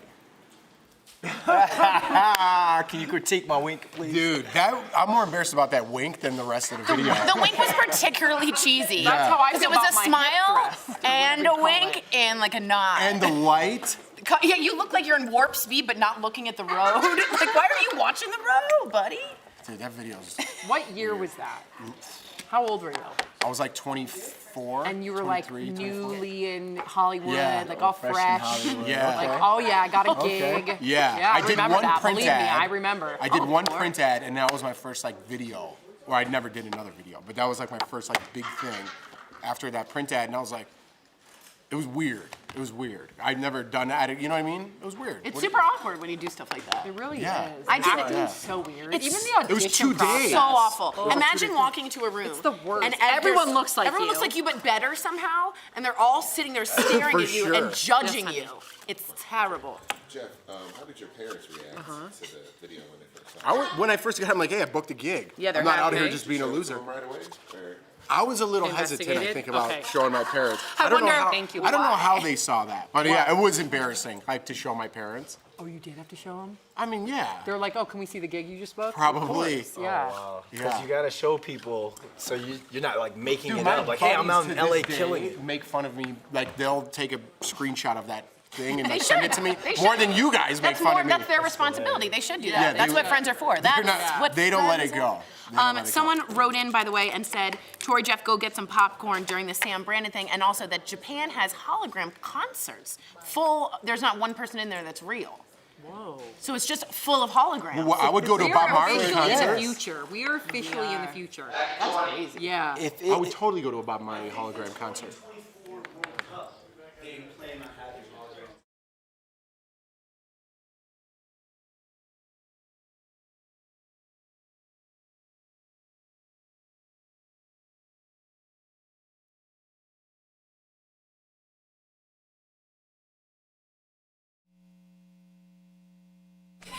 Welcome back to DBL. This is a really serious story that's tugging on a lot of people's heartstrings. A 17-year-old Dutch girl reportedly used euthanasia to end her life because she had PTSD from being sexually abused as a child. This is Noah. She was raped at 11 and again at 14. Since then, she'd been dealing with depression and anorexia. Her family says she died at home, but it wasn't euthanasia, and it's still unclear how she died.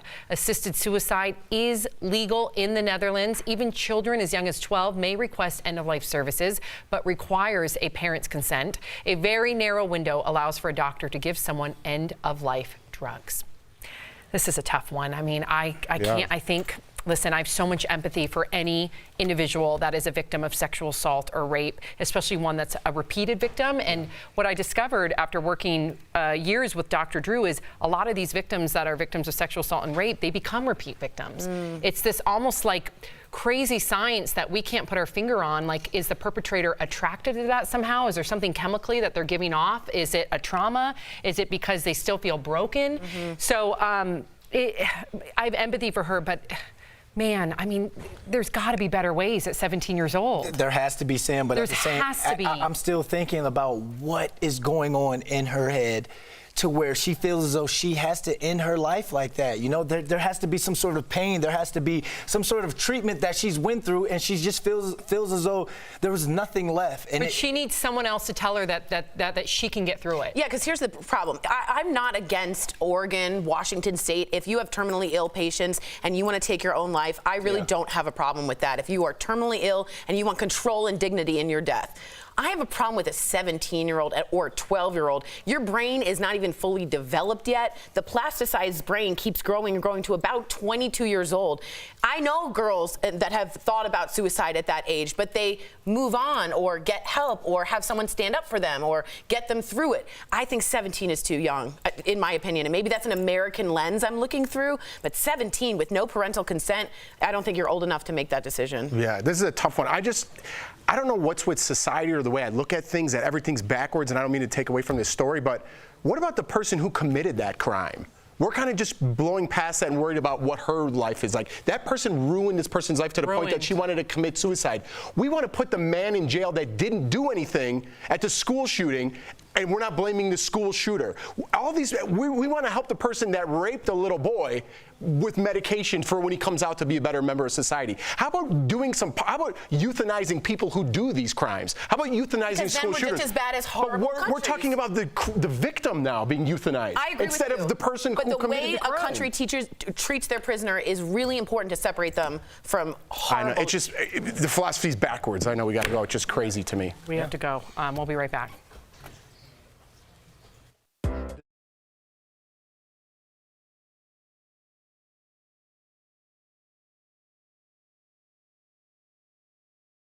Hey DBL Nation, it's Lex. I'm here with the DBL digital team giving you guys more top trending stories during my breaks here at Daily Blast Live. They're not my breaks, they're just the breaks.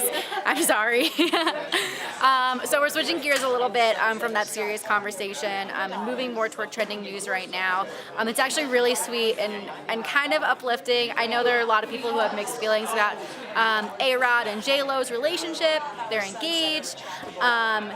And it came out, there's a video from nearly 20 years ago where A-Rod says that his dream date would be with J-Lo. How cute! So I'm from the East Coast, and I really just love their New York pride and relationship. I think it's great. She's Jenny from the Bronx, from the block or the Bronx. But she's from the Bronx, right? I think she's from the Bronx. Anyway, super, super sweet. You can check out the video on A-Rod's Instagram page. He's reposted it. It's from like an old MLB. He looks super, super young. He's got a little baby face.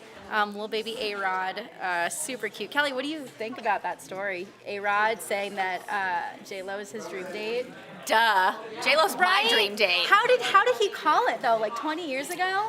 I don't know. And he was She's like, been yeah. dreaming for a long time. I can see that. Like, I can see how guys or women get their eyes set on something and they're like, someday I'm going to have that. Not in like a gross Yeah. way, but like, I can see that happening between us, so.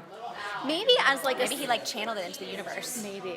And I also think like as a celebrity too, like I feel like normal people like us would be like, yes, that's my future husband. But Yeah, as a no. celebrity, you have like a smaller pool, right? Agreed. Yep. DVL Nation, write us in. Let us know what you guys think. Bye. Welcome back to DBL. Today's Heart Threads is all about helping others. Watch how a long-distance friend was able to give back to a community in need. This nun from Uganda got a life-changing gift from an American friend. Hillary Mackin went on a mission trip to Uganda in 2013, where she met Sister Lucy Arumbo. When Hillary left Uganda, she asked Sister Lucy to pray that Hillary would find true love. Sister Lucy's prayers were answered, and Hillary flew her friend to the U.S. to attend the wedding. But Hillary noticed something wrong with Sister Lucy when she arrived. She didn't see me, and she was from me to you away. Hillary's family found a doctor who performed surgery for free, restoring Sister Lucy's sight. I don't know what to say. I can see everyone. Sister Lucy also got free dental work and donations of clothes and shoes for the orphans she serves.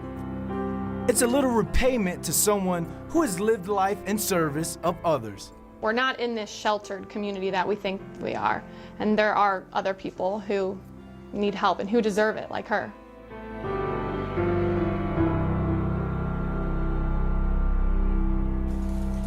God bless you, Sister Lucy. And we're going to be back with a very special surprise. So DBL Nation, don't go away. Promotional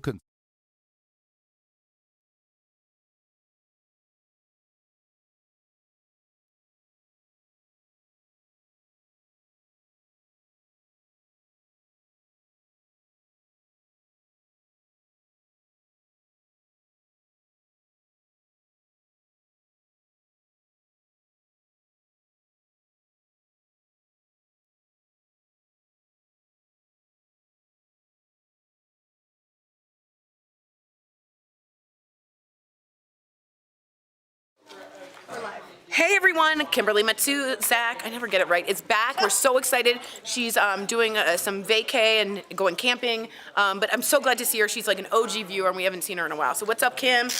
Check out the nails, guys. We're doing a segment on nails, and it's for people that are tomboys like me or clumsy. They're supposed to be rose quartz. Huh? Because that's what millennials like. Speaking of millennials, Stephen Hill says Lex looks like a pure millennial. She is exactly that. Exactly a millennial. So sometimes I'll be like, I think I'm gonna wear my jeans cuffed, and you just hear her, no! Strong feelings. Celebrity, people writing in, I saw your nails on IG, they're so cute, says Evie V, thank you. And then,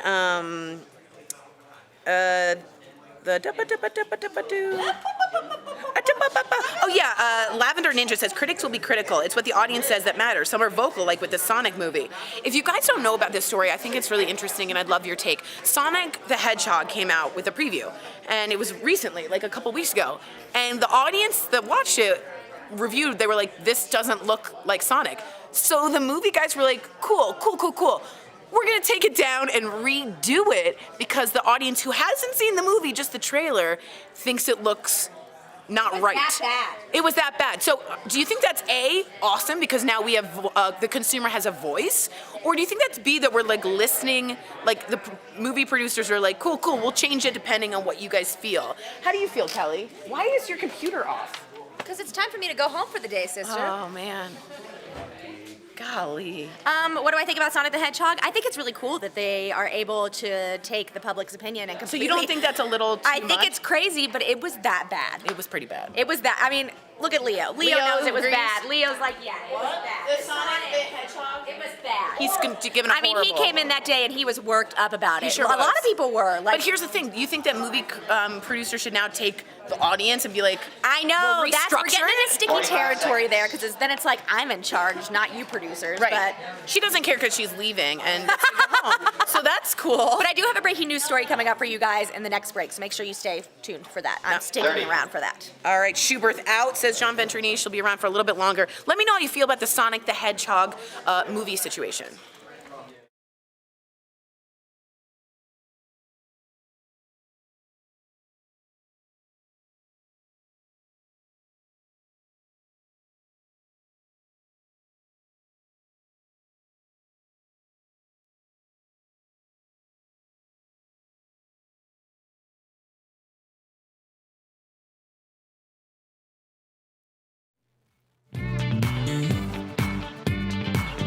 And as you know, today's Big Jeff's birthday. So, of course, he had to surprise him. We had to surprise him. Check out what we did earlier today.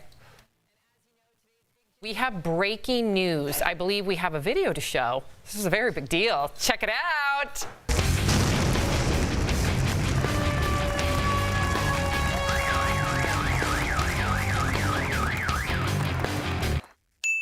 Take a look at this. This is Knockers. He's enormous. The guy got a phone call. Now people are mad. We're in Arvada, Colorado. Did I say that? We'll see you guys tomorrow. Have a great weekend. No, Monday. You're sleeping. Big Jeff gets tired. Segment stuck. Oh, there you are. Ooh, I feel like Bieber at a concert. Hey. It's you. How many times do I need to say, are they crazy? You said it like 10 more times. Are they crazy? Well, the crazy is if we hear your crazy opinion. Look at Al. Wow. Wow, that's not the only surprise. My boys. Hey. That was sweet. Hi, buddy. Oh, man. 1 minute. Hi. Hey, you, Daddy. Hi, buddy. Hi, buddy. Yay. Hi. Shall we sing happy birthday? No. Thank you guys so much. Hi, love. Hi, honey. Oh, I really appreciate that. I get like emotional. That was nice. So what are you going to do tonight? Do you have any fun plans with the fam? Just getting some crab legs, chilling at the house, you know. I don't like a big thing, even though you guys gave me a big thing, but I really appreciate everyone out there. Thanks for the wishes, and you guys, I love you guys. Thanks for that. We love you. Happy Thank birthday. you. We'll see you tomorrow, same time, same place. Good job.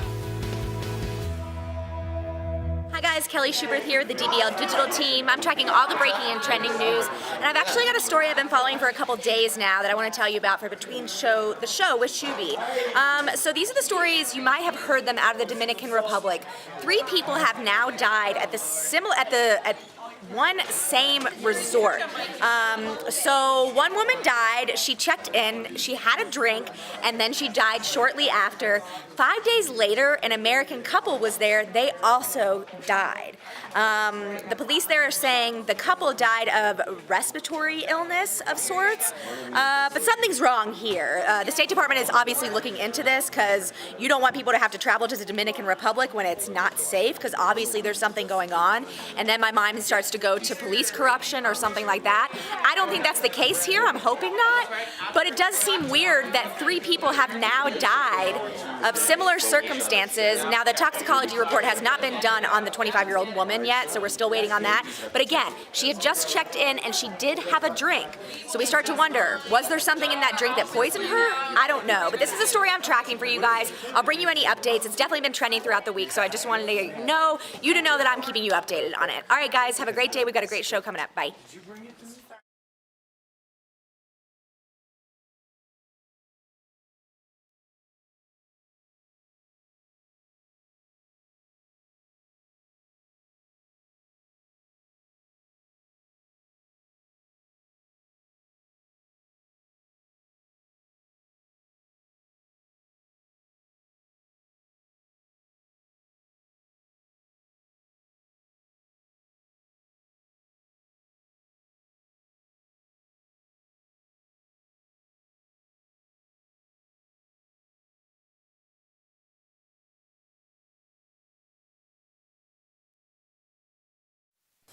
This is Daily Blast Live. We're talking about what you're talking about. Because everyone's talking about this. Always live, always real, always unpredictable. You are totally off base here. Log on and join our live conversation. You think this hair just naturally stays like this? DBL starts right now.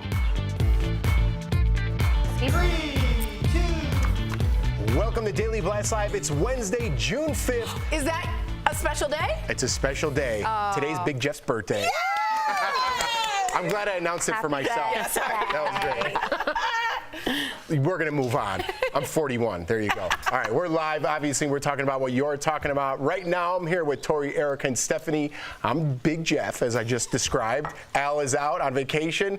Let's get to it, guys. A crazy video is trending everywhere right now of a 74-year-old woman being rescued by a helicopter on Tuesday near Phoenix. She had gotten injured while hiking, but the rescue attempt took an unexpected turn, literally, when the stretch began to spin wildly. It gets really bad at one point, churning violently. A police pilot says the turning was due to a line that didn't operate properly. Ultimately, once the helicopter got moving, the spinning slowed down, and authorities said she was treated at a trauma center and is listed in stable condition. Erica, you can't even look at that. I cannot watch that. I mean, even watching a helicopter propeller would be enough for me and my vertigo, but watching that definitely makes me feel like I'm a little off balance.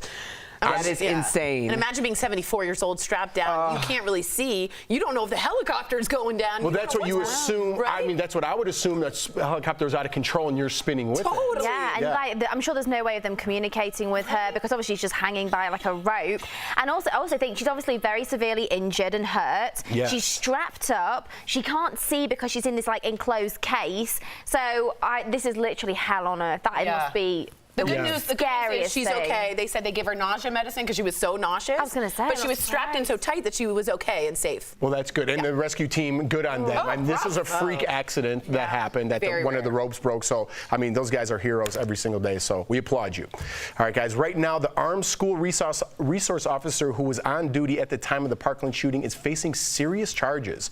Former Sheriff Deputy Scott Peterson was the only armed person on campus when 17 people were shot last year. He was arrested yesterday and now faces multiple charges, including neglect of a child and culpable negligence. Peterson did not go to the building during the school shooting. Instead, he hid behind the base of the stairwell for 48 minutes. According to a Public Safety Commission report, here's what he told the Today Show last year. This will haunt me the rest of my life. It will. Those are my kids, you know. Those were my kids. So, and that's why it hurts the way it does. I'm sorry. I'm sorry that I didn't. I'm sorry that I didn't know where he was. Or it was one person. I didn't know who it was. The charges against Peterson carry a hefty sentence. Get this, up to 96.5 years in prison. The commissioner of the Florida Department of Law Enforcement says, quote, former Deputy Peterson did absolutely nothing to mitigate the MSD shooting. There can be no excuse for his complete inaction and no question that his inaction cost lives. Meantime, Peterson's lawyer is calling for the charges to be dismissed, saying, quote, the state's action appeared to be nothing more than a thinly veiled attempt at politically motivating retribution against Mr. Peterson. This is a tough one. You know what? No matter what you guys say right now, I'm going to agree with you because I see both sides of this. Yeah, I was just thinking, as you were speaking, I was like, man, I feel strongly, but I'm not sure on which way. I will say this, in case you don't know the legalese, culpable negligence is the same as a car driving down a crowded sidewalk. It implies that much damage done to people. And you can believe that, and including some of the parents of these kids. One said, I have nothing to say except rotten hell. You could have saved my kid and you didn't. I get that. But at some point, is that the same as driving a full crowd, a car down a sidewalk? I don't think those two are the same. I think it's important that we at least acknowledge that not everyone was born a hero. There's a reason why we have Memorial Day, because some people go towards the action and sacrifice their lives, like Riley Howell at UNC, like Kendrick Castillo here in Denver. That's something that's in them. Those are special people. And not to say that people who won't sacrifice themselves aren't special, but I think that when we're talking about it, it seems so second nature because you have people who are unarmed who think that way. Not everyone thinks that way. I think when the Parkland kids were marching for their lives, they were marching for a lot of different causes. I don't think this one ever really came up. Not to say that he isn't responsible, but he has a responsibility. But should we scapegoat him? I'm not sure that's the healthiest thing to do. Yeah. I think here what we need to remember is, like, obviously, yes, he is a security officer, but was he equipped to deal with that situation? Obviously not. And in those moments when human emotion and fear takes over, none of us know what we would do in that minute. We need to remember that this is a human being. And I think as well, this goes to show that obviously this keeps happening again and again and again in America. And if the gun laws aren't going to be restricted and changed, then something needs to be done in the schools. So all security officers need to go on a basic gun training. So they have to learn how to deal with those situations. They need to be fully equipped so that they have not body armor, like I can't think bulletproof vests. Bulletproof vests and different types of guns so they can assess the different situations. So in the UK, before you can have a gun, if you are an officer or a security officer, you have to go on a residential course. You have to live there for a minimum of 4 weeks. You get tested every single week on every single weapon that you're meant to use, and you're put in various different situations to allow you to see, can you handle this? And every 3 months, even when you've passed the test, you have to go back and resit the tests. Yeah. So I think if you're putting your life in danger, which none of us do, let's be honest, how many of us here do that? We don't. And you don't know how you're going to react, you don't know how you're going to feel, and you're in very dangerous situations. But I will think I understand that needs to be on that offer. But I will say he was a trained police officer, senior police officer in the deputy sheriff's department, and he took an oath, and he also lied about this. He said he went right in. He, for 48 minutes, stood at the base of a hallway. That's a long time to think when kids are getting shot, you're not doing anything. I agree, but I don't think you should be penalised for, in that moment, your fight or flight syndrome. You don't know how you're going to act. You're a human being at the end of the day. That's his job. You aren't a weapon. He's trained as a police officer. Yeah, but years ago, how often was that training? I see both of your guys' sides here. I feel everyone's side because 96 years is a lot of time. I mean, we could talk about this forever. Let's talk about it in the break. Yeah. Let's move on to this next story. The president is wrapping up his state visit to the UK. Today, President Trump and other world leaders gathered on the south coast of England to mark the anniversary of the D-Day landings. The actual anniversary is tomorrow, when 75 years ago, Allied forces stormed the beaches of Normandy, ultimately liberating Europe from Nazi Germany. Now, those guys were heroes.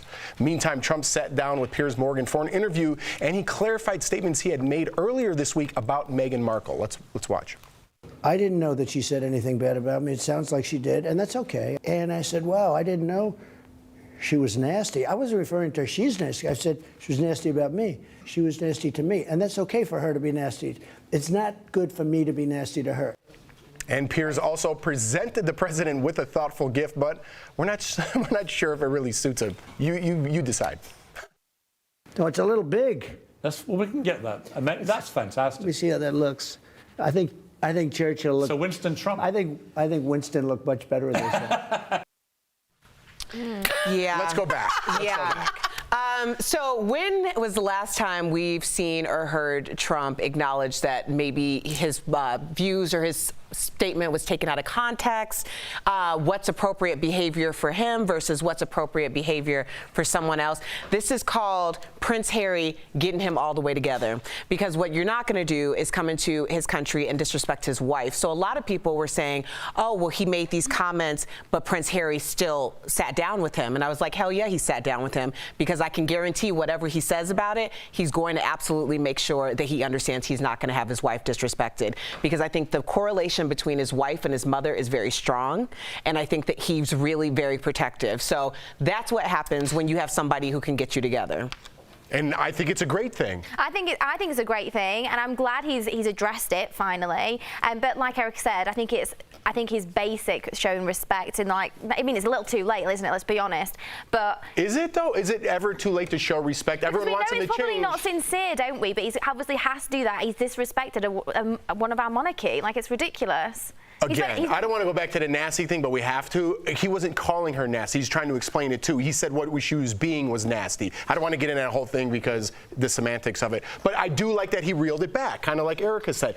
If people want him to start moving in that direction, you got to take one step first. He didn't reel it back. That was a zip line, honey. He zipped that back. Either way, zip it, skip it, whatever you want to do, he's pulling it back. Dip it, whip it, and skip it. There we go. No comment after that? Yes. DVL's Live will bring you breaking news as soon as it happens. And coming up, reality TV star Lisa Rinna is taking the blame for her daughter's eating disorder. But is she being too hard on herself? Speaking of reality TV, the judgment is very real on the Real Housewives of Potomac. Where's that at? The drama you can't miss in Reality Roundup, and you, the viewer, are the fifth host. Alabama's governor is considering signing a bill into law that would chemically castrate parolees convicted of sex crimes against children. We're sharing your comments about the controversial punishment next.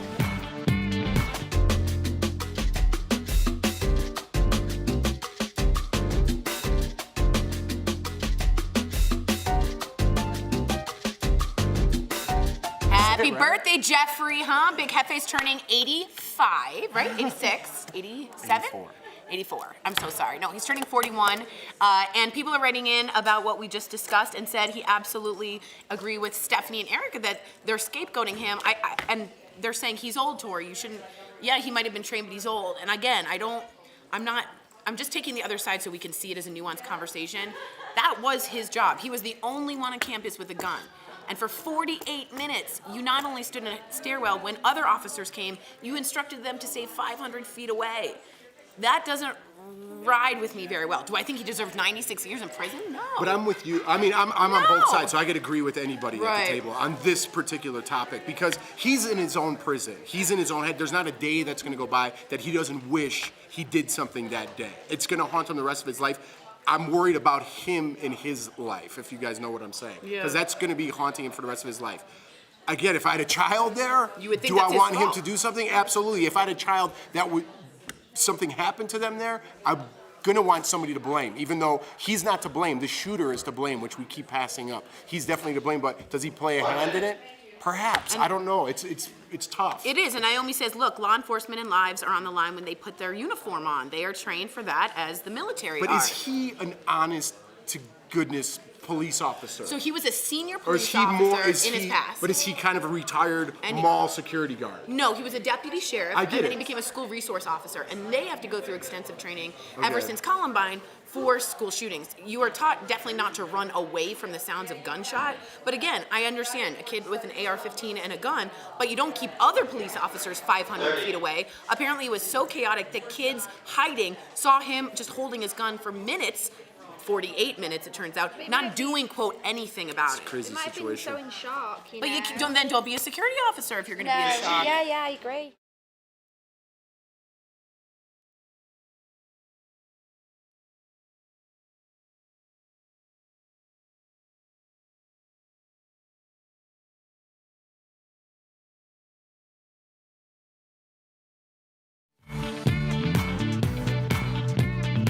Welcome back to DBL. It's time for Fifth Host, and we talk about what you're talking about. Child sex offenders in Alabama may have a new price to pay in addition to serving time. A new bill would require them to cover the cost of being chemically castrated through hormone therapy prior to completing their sentence. Opponents say chemical castration is a form of cruel and unusual punishment and that the drugs have significant irreversible effects. So DBL Nation, should child sex offenders be chemically castrated? I said it one too many times. Well, let's get to your comments. Kat from Facebook says, what good would that really do? The perpetrator will still victimize their target. To them, it's about control. Kat, I think you bring up an excellent point, but I do think the actual physical urge, which is something that doesn't go away, can be managed, and this is one way to do it humanely. Lynn from Facebook says, yes, maybe once we hold people to a higher standard and hold them to do the right thing, less crime will be committed.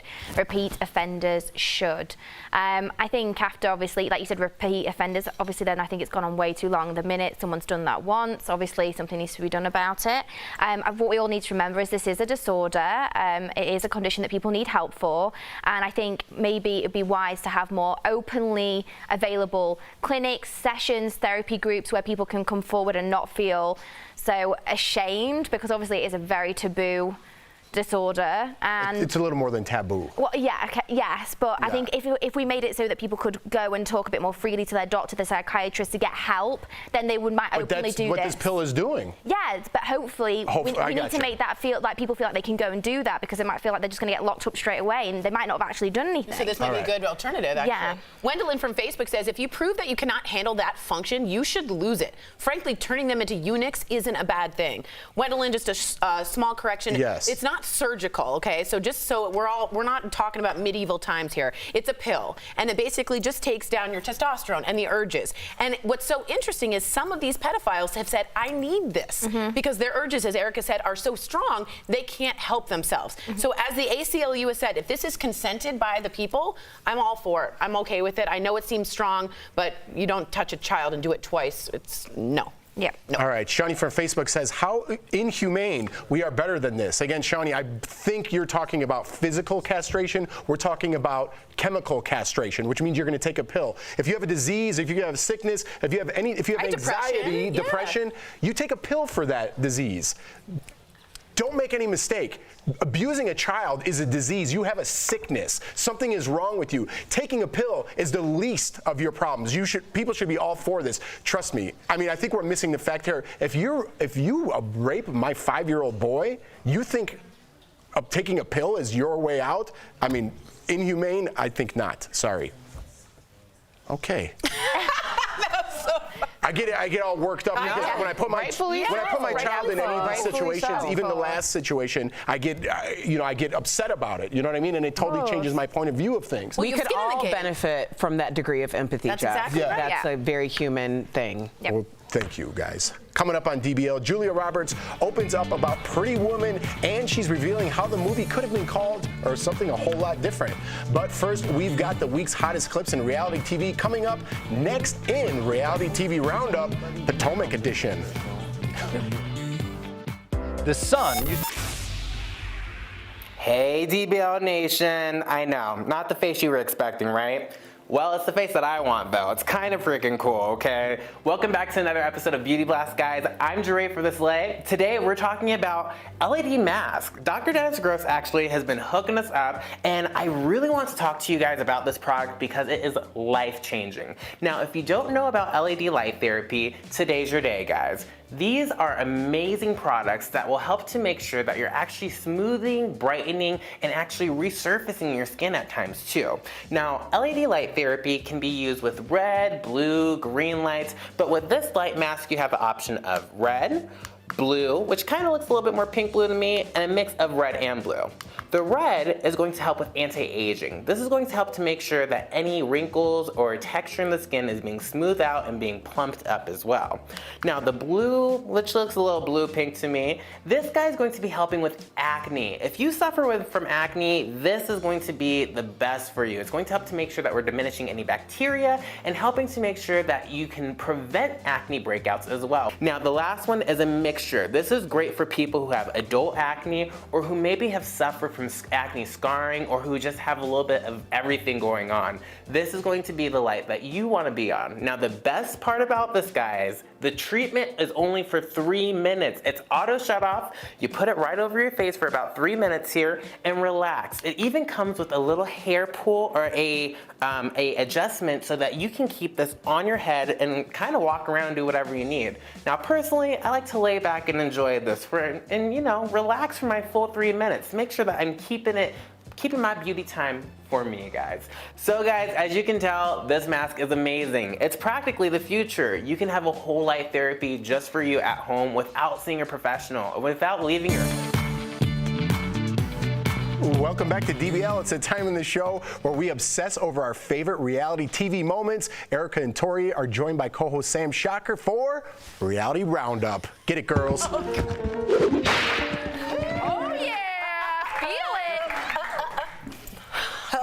You okay? Yeah, all right. Things heat up on The Bachelorette when Hannah takes the guys to a fun game of rugby. Check out Luke's response when confronted by the other bachelors saying he took things too far.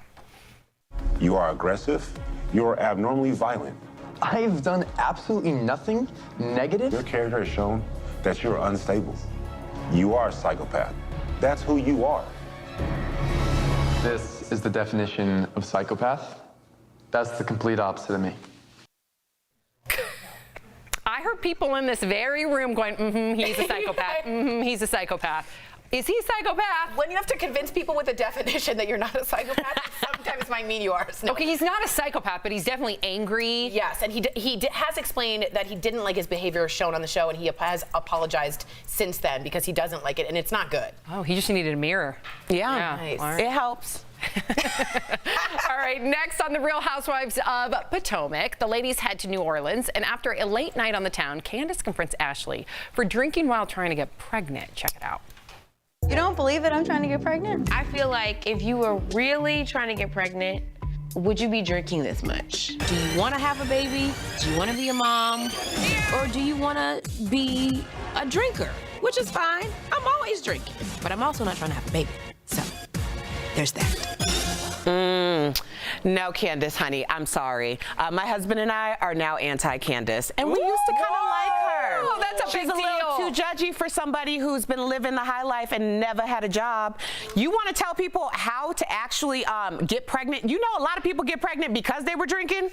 Girls, bye. That's a You got a whole lot of judgment. A whole lot of judgment. That's a really good point. And she's now anti-Candace. Wow, big deal, guys. And her husband. Anthony, Yes. too? Mm-hmm. Yes. All right. Anthony Let thinks me she's very swivel judgy, over. too. Oh, okay. And finally, Abby Lee Miller returns with a new cast of Dance Moms, and tensions are already high. Check out one of the mom's secret weapons to keeping cool. This is what gets me through the competitions. It's not really sunscreen, it's a flask. It holds whatever we want in there. It's mommy drink.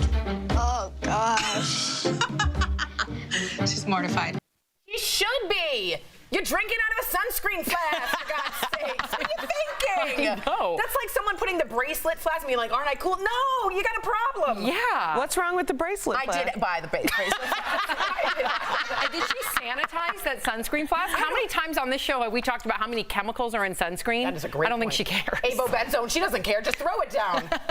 This makes me worried. And you could tell the daughter was like, good Lord. Embarrassed. Very. And she should be. That's not good behavior. Yeah, I think that's a problem. Sunscreen flask is generally reserved for spring break in like Panama City or something, not necessarily your daughter's competition. Right. That you use a Starbucks cup for. A Venti, Show some dignity. I think The a big Venti one. fits a whole bottle of wine. No. Oh, yeah, I think so. Maybe it's the Trenti? It might be the Trenti. Oh. Okay. There you All right, go. well, this has been Reality Roundup. We'll be right back. The skin is being smoothed out.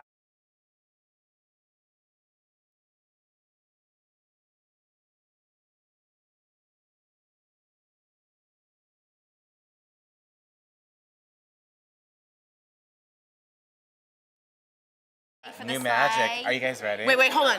I'm so excited. Are we on? Okay, guys, this is Are a we big on? deal. This is a super This is big Jeray, deal. our makeup artist, and there's something that's Hey, happening. I do Beauty Blast. If you're not already following that, you should. Hey. So, we went ahead and we ordered something really special because I saw it online and I was like, well, we have to get it for Pride Month. It's the Alyssa Edwards Anastasia Beverly Hills palette.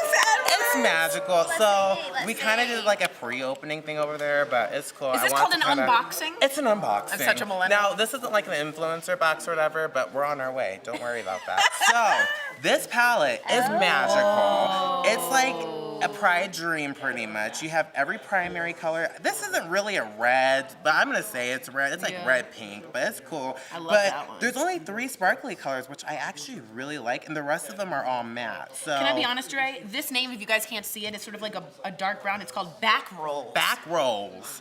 All right. So if you guys don't know, this palette's named after Alyssa Edwards, which is a drag queen on RuPaul's Drag Race, and she had a whole song called Back Rolls, because when you do drag, sometimes you get some back rolls, and she's just like, it's fine, all okay. right. Love accept the your back rolls. That's okay. right. Love the Roll back with it. rolls. That's right. But the whole palette's really dope.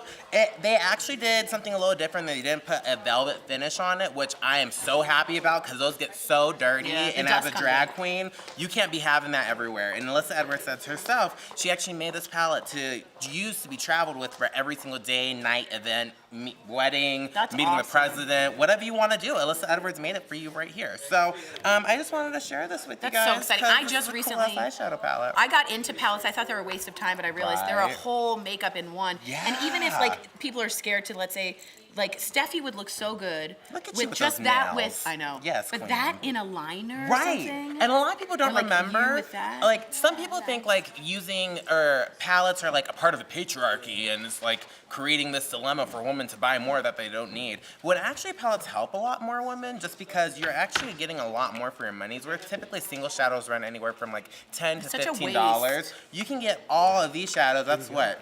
2, 4, 6, 8, 10, 12, 14 shadows for $45. Get the heck out of here. Get the heck out of As a makeup artist, as a real person, I would highly recommend getting yourself a little eyeshadow palette. This one's great for Pride if you don't already have a Pride palette. It's the bomb. But also, if you want something that's going to go back to more LGBT communities, you can also check out the Tarte eyeshadow palette. It's a rainbow palette, $25, and they've already donated $25,000 to the Trevor Project, which is a great LGBT Alliance program. So you guys check that out, and make sure you check out Beauty Blast. We're going to be coming to you soon, like 5 days a week, maybe.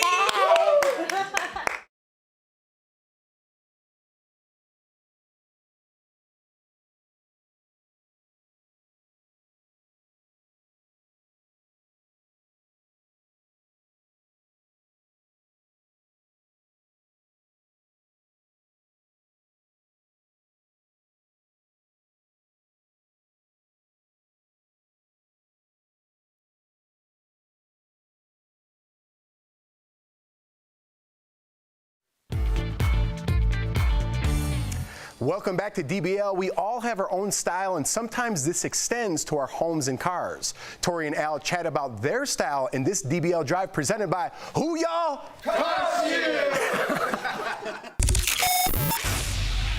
Have you seen, like, on the back of some people's windshields, it's the stick figure representation of their family. Yes, yes. And it usually includes the dog and the kids. And their hobbies, because someone has a hockey stick. Yes. Somebody's got a lacrosse stick. Yeah, it's just like, I don't need to know that much information about where you. you're going with this, but I don't care that much. No. That's kind of, can I be honest, the selfie generation of I need you to know all about me.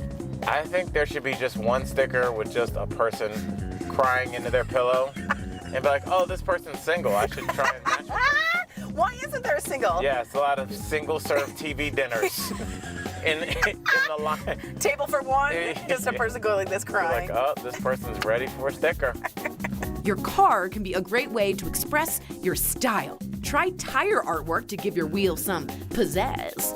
Decals can also be a great way to add some flair. And one item you can use for any drive, an auto protection plan with CarShield. CarShield protects their members from the high cost of auto repairs. Call 1-800-505-9619 for a free quote.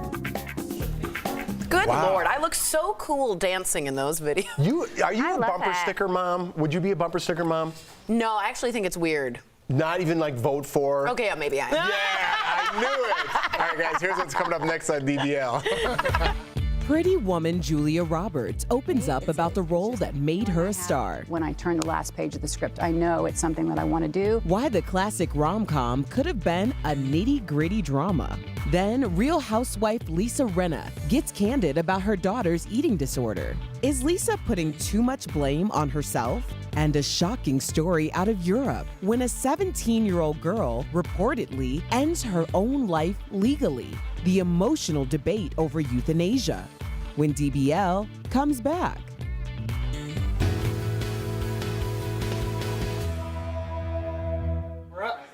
Hi, DBL Nation. I have a question for you this break, and Leo is going to join me because we are divided on this.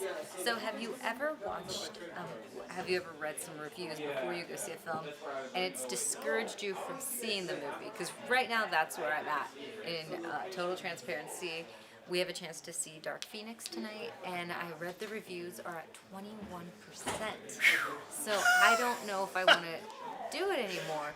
But then I did go see Bohemian Rhapsody, and at the time the reviews were in the 60s, the low 60s, and I had really low expectations, and I ended up loving the movie. So I don't know. I'll admit that personally, I stay away from reviews before the movie because I just don't want it to spoil anything. I don't want it to ruin anything for me. But even then, I still go see and check it out for myself because there are some movies that are like panned on Rotten Tomatoes that I absolutely love. I'm trying to think of a couple of examples. It might be Seven with Brad Pitt that initially had a really low Rotten Tomato score, and that's like one of my favorite movies of all time. I'm trying to think of a couple other examples, but there were a few that had horrible scores. If I'm on the fence about a film and I see that it's done terribly, that will sway me from ever seeing it. But if it has near 90 to 100% on the Rotten Tomato meter or any reviews on any website, it changes my mind and makes me more likely to go see the film, though. All right, so I gotta ask you, and I'm kind of putting you on the spot here. If it had like a 70 on or 60, 70 on Rotten Tomatoes, and I said it was good, would you go see it? I'd ask you a lot of questions before I did. All right, yes. fair, All right, fair. See you next break.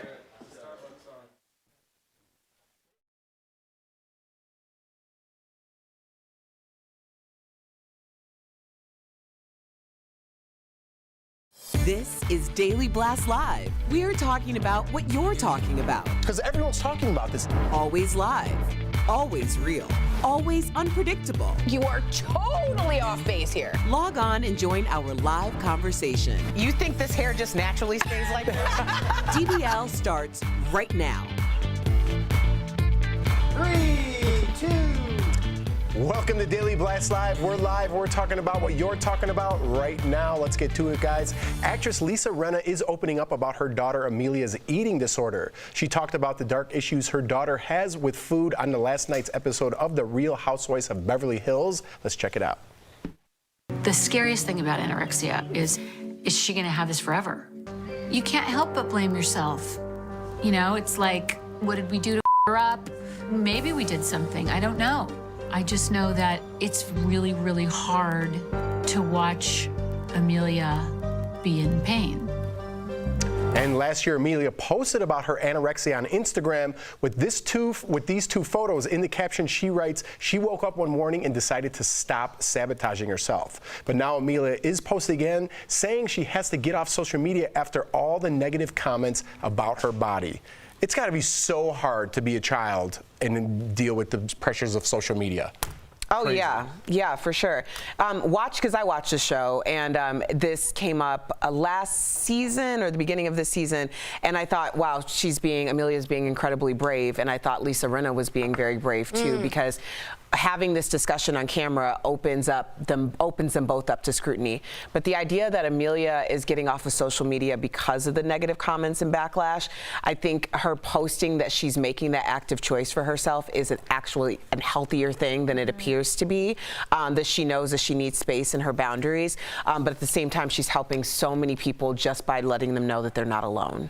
I think, I completely agree with Erica, and I think how brave it is for her to address it publicly and speak about it. And I just really don't know what is wrong with other people that they feel they can chime in on other people's lives and give them such hateful and mean comments. There's just no need. Like, what joy must these people seriously get out of this? Like, I just think it's completely inexcusable. And this is a girl who's absolutely gorgeous, clearly has like an eating disorder, and that comes from stemming from pressure outside of different areas of her life, or feeling that she needs to be in control. So you know what? I'm proud that she's taking control, coming off social media and doing what's best for her. And everyone else should just leave her alone. It's so mean. Yeah, what I don't understand is we grew up, I mean, you're like ancient, right? What's your birthday today? No, I know. But we all grew up in an analog world, right? And then we grew up, our adulthood was in a digital world. And I think our audience is a lot like that. And I think we don't know the pressure of growing up in a digital world in which I'm in 5th grade and I know exactly what Steph's wearing. I know what you're picking out to wear. I know what your nails look like, how much you weigh on the scale. It's constant. And I think that is got to be very hard to deal with we didn't have that at all. We'd go to the neighbor's house. You didn't know what your friends were doing. Just think how hard it is growing up anyway. That's right. And then reality show star's daughter. Yeah. I think, it's interesting that you said that, because in, I think, 2004, I was the first jock on my morning radio show to make the switch from analog to digital. Interesting. Along with that came the use of it was not social media, but it was a social aspect. People could text you in real time. Wow. So all of this, where I'm used to being communicated with in real time while I'm working on the air, is something that I physically saw the difference in how that happened. But I just have to speak to what you said, Steph, because my dad would always say, Erica, stop trying to make sense out of nonsense. And that's what I do. I don't even try to make sense out of nonsense. Good. Yeah, and that's good, but it's hard for even adults to deal with some of the things people write on social media. That's why I think it needs to be licensed. If you have ever made up a fake social media account just to get at somebody else, it's ridiculous. ridiculous. They're not the one with the problem, anorexia. You're the one with the problem. You should see some help. All right, guys. Pretty Woman is a beloved romantic comedy. We all know, but there's a lot you don't know about it. Julia Roberts is revealing some shocking details about the film. She says it was originally called 3000 and ended very differently, with her getting thrown out of a car and left in a dirty alley. That sure ended differently. Yeah, not sure. the same. She says when the original idea for the movie fell through, Disney bought it and totally changed the concept. And in this interview, Julia sits down with Patricia Arquette. They both talk about how uncomfortable they are in nude scenes. Let's watch. But I do think about the mechanics, like how do you get on the set? How do you get off the set? Who's standing there? If I just had to be in a slip, I'd be covered in hives. I would just be so uncomfortable. And now listen to what Patricia has to say about doing a nude scene and the threat she made to the crew. We're going to roll. I'm going to take off my robe. If I turn around and I see you and I know you don't need to be on this set, I'm going to come punch you in the face. Oh, well done. Oh, well done. Her reaction is good. It's you know, just to speak on the last thing, there are now what you hear of consent counselors on sets, which I think makes a lot of sense. And so they feel, are you comfortable? Are you comfortable? How many people can be on the closed set? So I think it's a great thing to talk about, because I think it's a super uncomfortable thing to deal with. As for the Julia Roberts, how strange is this? Gary Marshall, when he took it over, decided, oh, well, she had that job, Julia Roberts, for like 3 days before the company crashed, the 3000. I'll see if she's any good. So she did take it. She took the job. Wow. The company crashed within the week. Gary Marshall's like, at least I should see the person who first got the job. That was Julia. Wow. So he was smart to keep her in there. Could you imagine that movie? I mean, it wouldn't have been the smash it was. If, well, it probably would have been more accurate. You're right. You're right. That's come what Al on. says. I mean, like, way to glorify prostitution. But it is interesting because it's almost like the difference between how a Pretty Woman could have been like a Showgirls. Right. You know, like Yeah. it's just those decisions. That's exactly right. Gary Marshall. Oh. Thanks for not showing my video, by the way. The newest X-Men movie, Dark Phoenix, hits theaters this week, but it's already getting torn apart by critics. It has 21% on Rotten Tomatoes. That's pretty bad. And Sophie Turner stars in the film. She was at the premiere last night. Didn't she have one the night before with her husband, Joe Jonas? Are these two addicted to the spotlight? Earlier this week, okay, it was earlier, they were on another red carpet for the Jonas Brothers documentary premiere. Are they being overexposed a little bit? I think, okay, I feel like we talk about them a lot right now, but I think that's because there's been a lot of things come to light. So obviously it was the end of Game of Thrones. The Jonas Brothers have just come back into the spotlight, and all of them have just got married really recently. On top of that, they both had massive projects come out this week, so I think it's pure coincidence. But does it get a little bit boring seeing them over and over again? Yeah. I never got, and you guys can help me out with this, I never got the Jonas Brothers appeal. I didn't know them the first time around. The second time round, I liked them. Yeah, I'm kind of enjoying them now, but I was like, it's a bit vanilla, isn't it? I mean, they were kind of a boy band before or after my time. Come on, old man. I do like calling them Joe Bros, though. But you like the Joe Sisters. What are they called? I think, yes, I'm not in the Jonas Brothers demographic. But I do have a strong appreciation for the fact that they've all gotten married. The sisters seem to get along, or the wives Strong get along women. with each other. Yep. That's just a beautiful thing to see, regardless of whose family it is. Yeah. I think that's nice. Let's keep it positive. I like it. All right, guys. Brad Pitt gets lost in space in a new sci-fi movie. I had the best joke there, but it's very mean. The trailer drops today. Brandon London has a sneak peek coming in hot. That's right, Jeff. He stars in Ad Astra as an engineer exploring the mysterious disappearance of a mission sent to Neptune to look for aliens and Stephanie. Take a look. Its objective was to search for advanced extraterrestrial life. The ship disappeared approximately 16 years into the mission. And the commander was? He was my father, sir. This might come as quite a shock to you. Your father was experimenting with a highly classified material that could threaten our entire solar system. All life would be destroyed. We're counting on you to find out what's happening out there. Ooh, and get this, the director pushed the release back twice already because of all the visual effects and post-production. Now you all can catch Ad Astra in theaters September the 20th. Back to you, birthday boy. Oh, thanks, buddy. That was weird and creepy. We're best friends, Oh, me and sorry. Brandon. Thank you, buddy. I appreciate it. It's tough with an all-woman panel today, man. I appreciate is the it? help. Is it? Oh, see? I'm getting it over here. All right, I better stop while I'm at I won't stop. Hey, that movie looked terrific. Wasn't it great? It actually did. I'm not a Brad Pitt fan, and I will give it a watch. How could you not be a Brad Pitt fan? He's just so, overexposed. Really? I think he's seen him way. Steph is our British contrarian, if you haven't. Okay, that's fair. Do you like Leonardo DiCaprio? Yeah, he's all right. Really? Who do you like? Who do I like? Who's someone that really is like, yeah, that guy?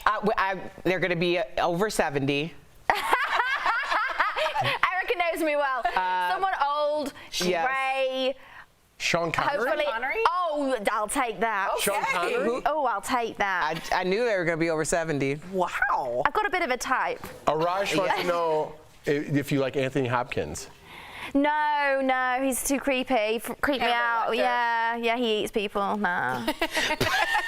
It's a valid point. That is good. That's a good one. We'll end there. All right. Here's something you probably have never seen before, a hologram circus. This is in Germany, and the group is now the first circus in the world to use holograms instead of live animals. You know, at first I thought this was strange, but now it's pretty exciting because it's almost like going to a 3D. It's a blacklight, almost 3D. Yeah, like a 3D movie. Yes. So what else would the capabilities be for you to like be amongst these animals? Like you could participate in the circus. The technology is so good that it could be almost like you're part of the elephants, right. the audience. That'd be I really think cool. use the technology to the advance. If you don't know, circus elephants are treated horrifically for many, many years. They have hooks in their mouths, they're electrocuted, they're shocked. Japan already has hologram concerts where they're just full of holograms. I think this is a beautiful thing. I think it really saves an cool. elephant. But do they do tricks, though? Or are they trying to get away from the... Because he's just like there, you know what I mean? Well, maybe he might do like a little dance or a trick or something. I mean, if he's a hologram, tap or something, you know? Oh my God. I think it's cool. Is that bad? Is that like... Tap. You But do, you could I do a mean, lot of cool he could do whatever he wants. Yeah, what's it, the Charleston? Yeah. I would like to see an elephant do a Charleston. I would go to the zoo for that. To the A little zoo? shuffle, ball change. Or I mean the circus. Not the zoo. Okay. Oh. Happy birthday, buddy. Silence. Happy birthday. Coming up on DBL, discover. Someone was back there like, press the button. Discover the bonds of friendship between a nun and a ministry and how the gifts of sight and love play a role. It's an incredible heartthreads you don't want to miss. But first, the tortured soul who reportedly finds solace in euthanasia. It's the startling story of a teen girl who may have ended her life legally, and it's next.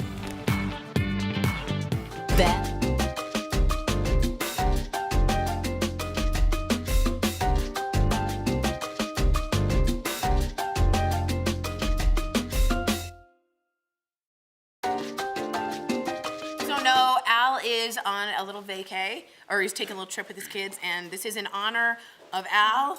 This is, hold on one second. Tori's coffee. This is, Al, this is for you. Al, buddy, this is for you. Oh, it's not funny to anyone but everyone else. Oh, Al does it every day to Tori. Like right before we start, we're like, all right, we're about to go live. And I'm like, welcome to Daily Blast Live. And Al just dumped something in Tori's drink. and sometimes it's his dental floss.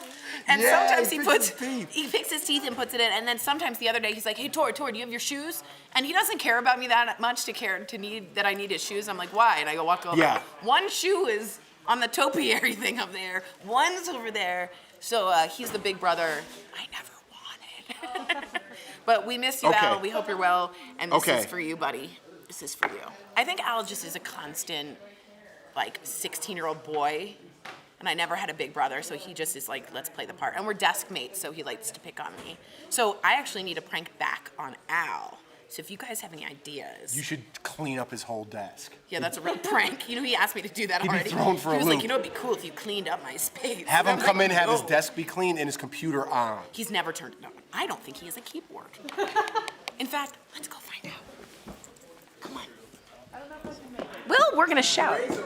Dre, do you think, let's see, this is the keyboard? So this is where we work. Okay, so hold on. 45. Just, so this is where I sit, obviously. It's really nice, it's really clean. This, and as you can see, there's a keyboard here. Can you guys see that? Okay, this is Al. There's not a keyboard. This it's is not me, turned on. that's Al. It's 30. never been on. And he sometimes know. just has salmon or octopus or bison burgers. So it's a real treat being a seatmate to the Albert Jackson.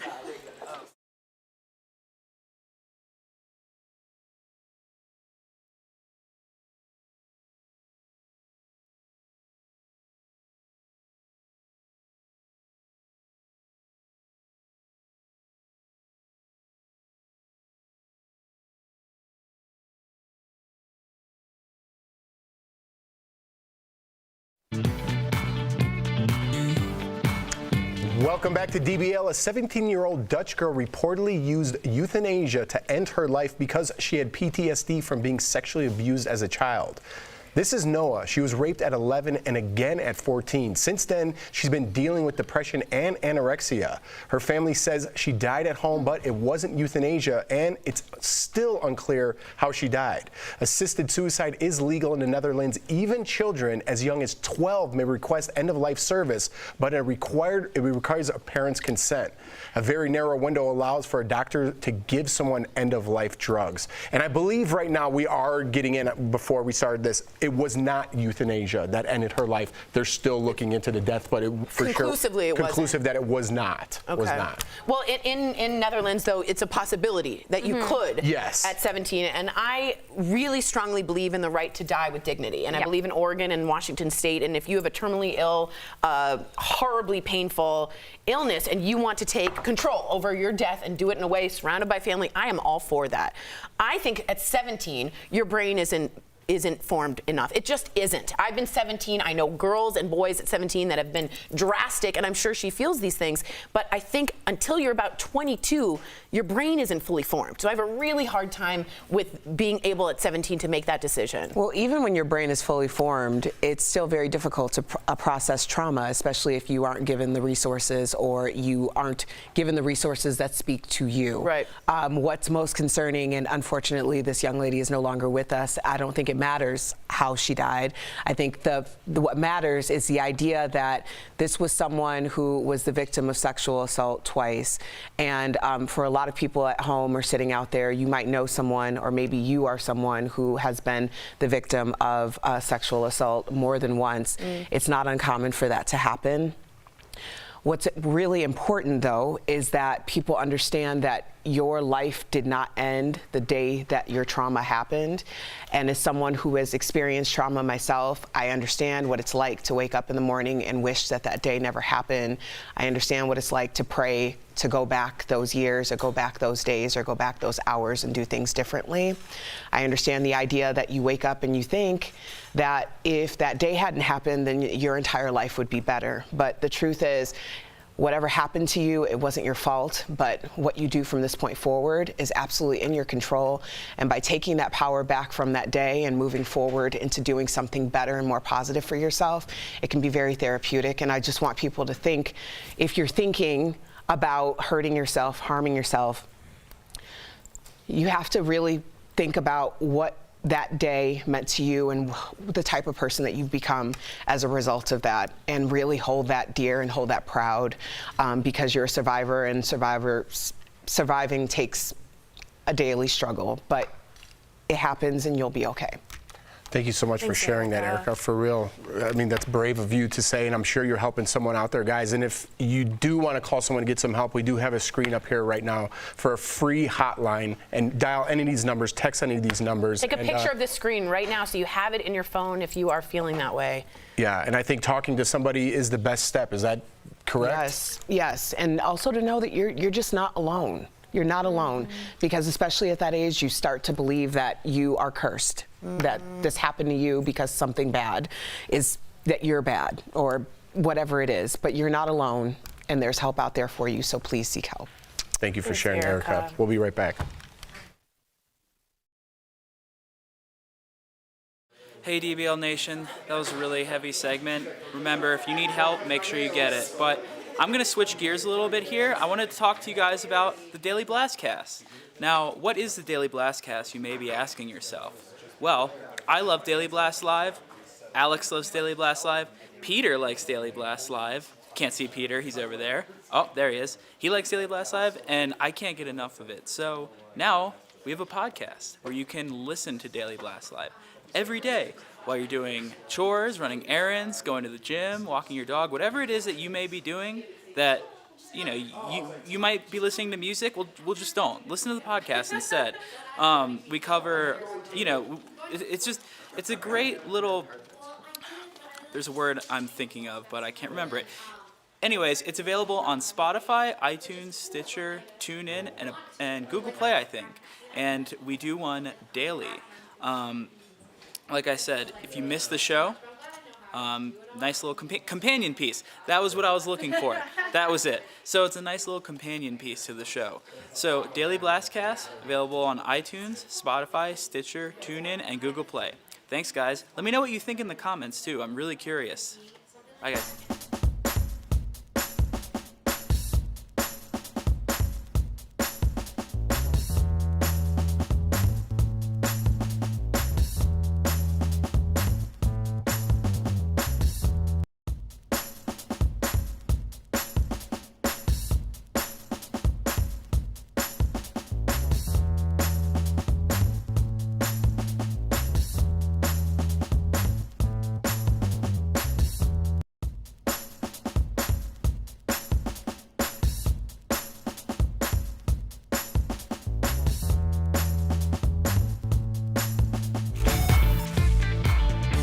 Welcome back to DBL. Today's Heart Threads is all about helping others. Watch how a long-distance friend was able to give back to a community in need. This nun from Uganda got a life-changing gift from an American friend. Hillary Mackin went on a mission trip to Uganda in 2013, where she met Sister Lucy Arumbo. When Hillary left Uganda, she asked Sister Lucy to pray that Hillary would find true love. Sister Lucy's prayers were answered, and Hillary flew her friend to the U.S. to attend the wedding. But Hillary noticed something wrong with Sister Lucy when she arrived. She didn't see me, and she was from me to you away. Hillary's family found a doctor who performed surgery for free, restoring Sister Lucy's sight. I don't know what to say. I can see everyone. Sister Lucy also got free dental work and donations of clothes and shoes for the orphans she serves. It's a little repayment to someone who has lived life in service of others. We're not in this sheltered community that we think we are, and there are other people who need help and who deserve it, like her.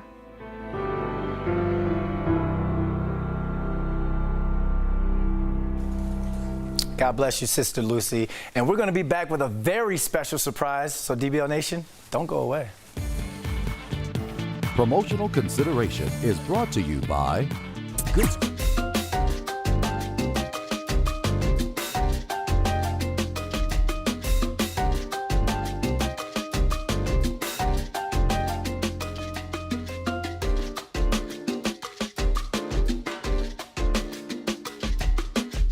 Bit shorter because I've taken off my heels because they are too high. I wanted to speak about, of course, Erica when she was just talking about Amused is someone who's been writing us in all day today saying how much Erica changed and really helped save. So I just wanted to read to you. Amused has been writing us in all day, and I wanted to speak to you directly because Amused has been talking to you directly. He's a viewer, or she, I actually don't know. I basically said, thank you, Erica. He or she has been through PTSD and feels the need to live after some of the things you've said. So just know that I know it's really hard, and it's really hard to just be up here and be super open and vulnerable, and Eric is so good at that, but you are reaching people, and he wanted to say, or she wanted, let me know if you're a girl or boy, to say thank you for doing that. Well, thank you. Yeah, it's not easy. It's not easy. It's not easy. It's, we do it every day, but this is, when you hit that hard spot, it's hard. Yeah, it's like, so we're just people.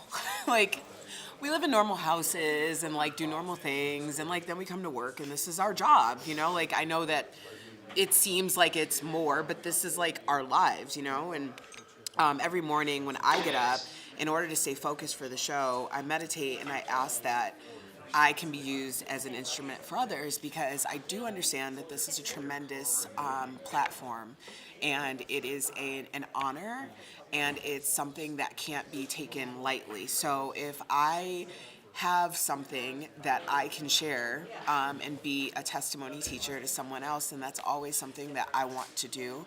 So I so appreciate when someone connects, because I think that we often feel so alone, and sometimes I can remember times where I didn't see anyone for days. You would have probably liked to have someone like you to watch. let me know that I was okay. Right. And I've had those people. As She's a result. lady. I'm used as a lady. Thank you for writing in.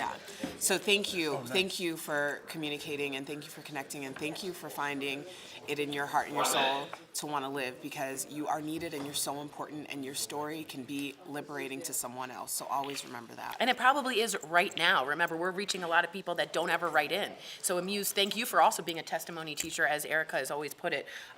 Strong women speaking up for each other, having each other's back, supporting each other. That's what we need more of. So thanks for writing in, Amuse. And feel free to write Erica a message, and we'll get it to you by the end of the show. Thanks guys.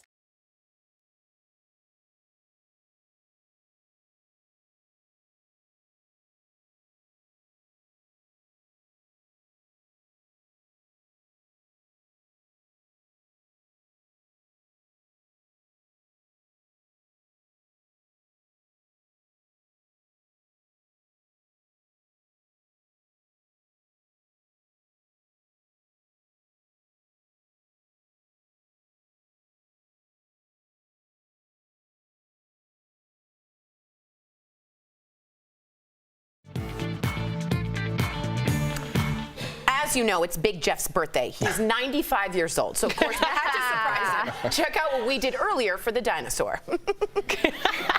Breaking news. I believe we have a video to show. This is a very big deal. Check it out.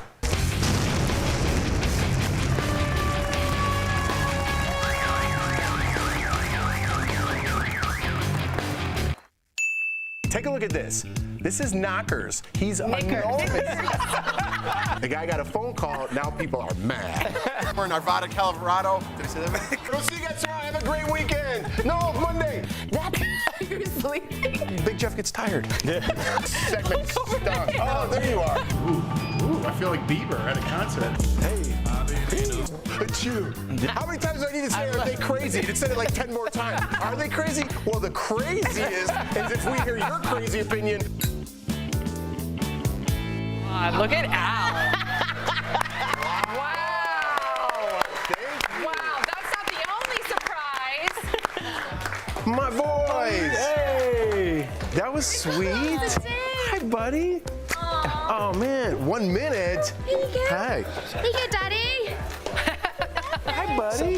Hi, buddy. Yay. Hi. Shall we sing happy birthday? No.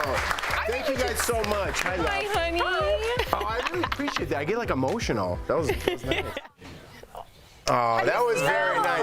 I get emotional. I don't know why. I wasn't expecting that, number one. So thank you to everybody here. I love you guys, and thank you for all the well wishes on my birthday. And yeah, Tori, thank you even for your intro. Do you feel good? You feel 41. How do you feel? I feel like I could box a kangaroo. Okay. I feel like I'm like 30. It's crazy to me to say like I'm 41. It's bananas. Did you ever think that at 41 you would have a show, 2 kids, a wife, and like be able to play this out? You'll have this for the rest of your life. I know, and that's kind of why I got emotional over it. I'm very thankful for everything that I have, and I realize it too. It's exciting for you to have electricity too. Yeah. So what was it like when?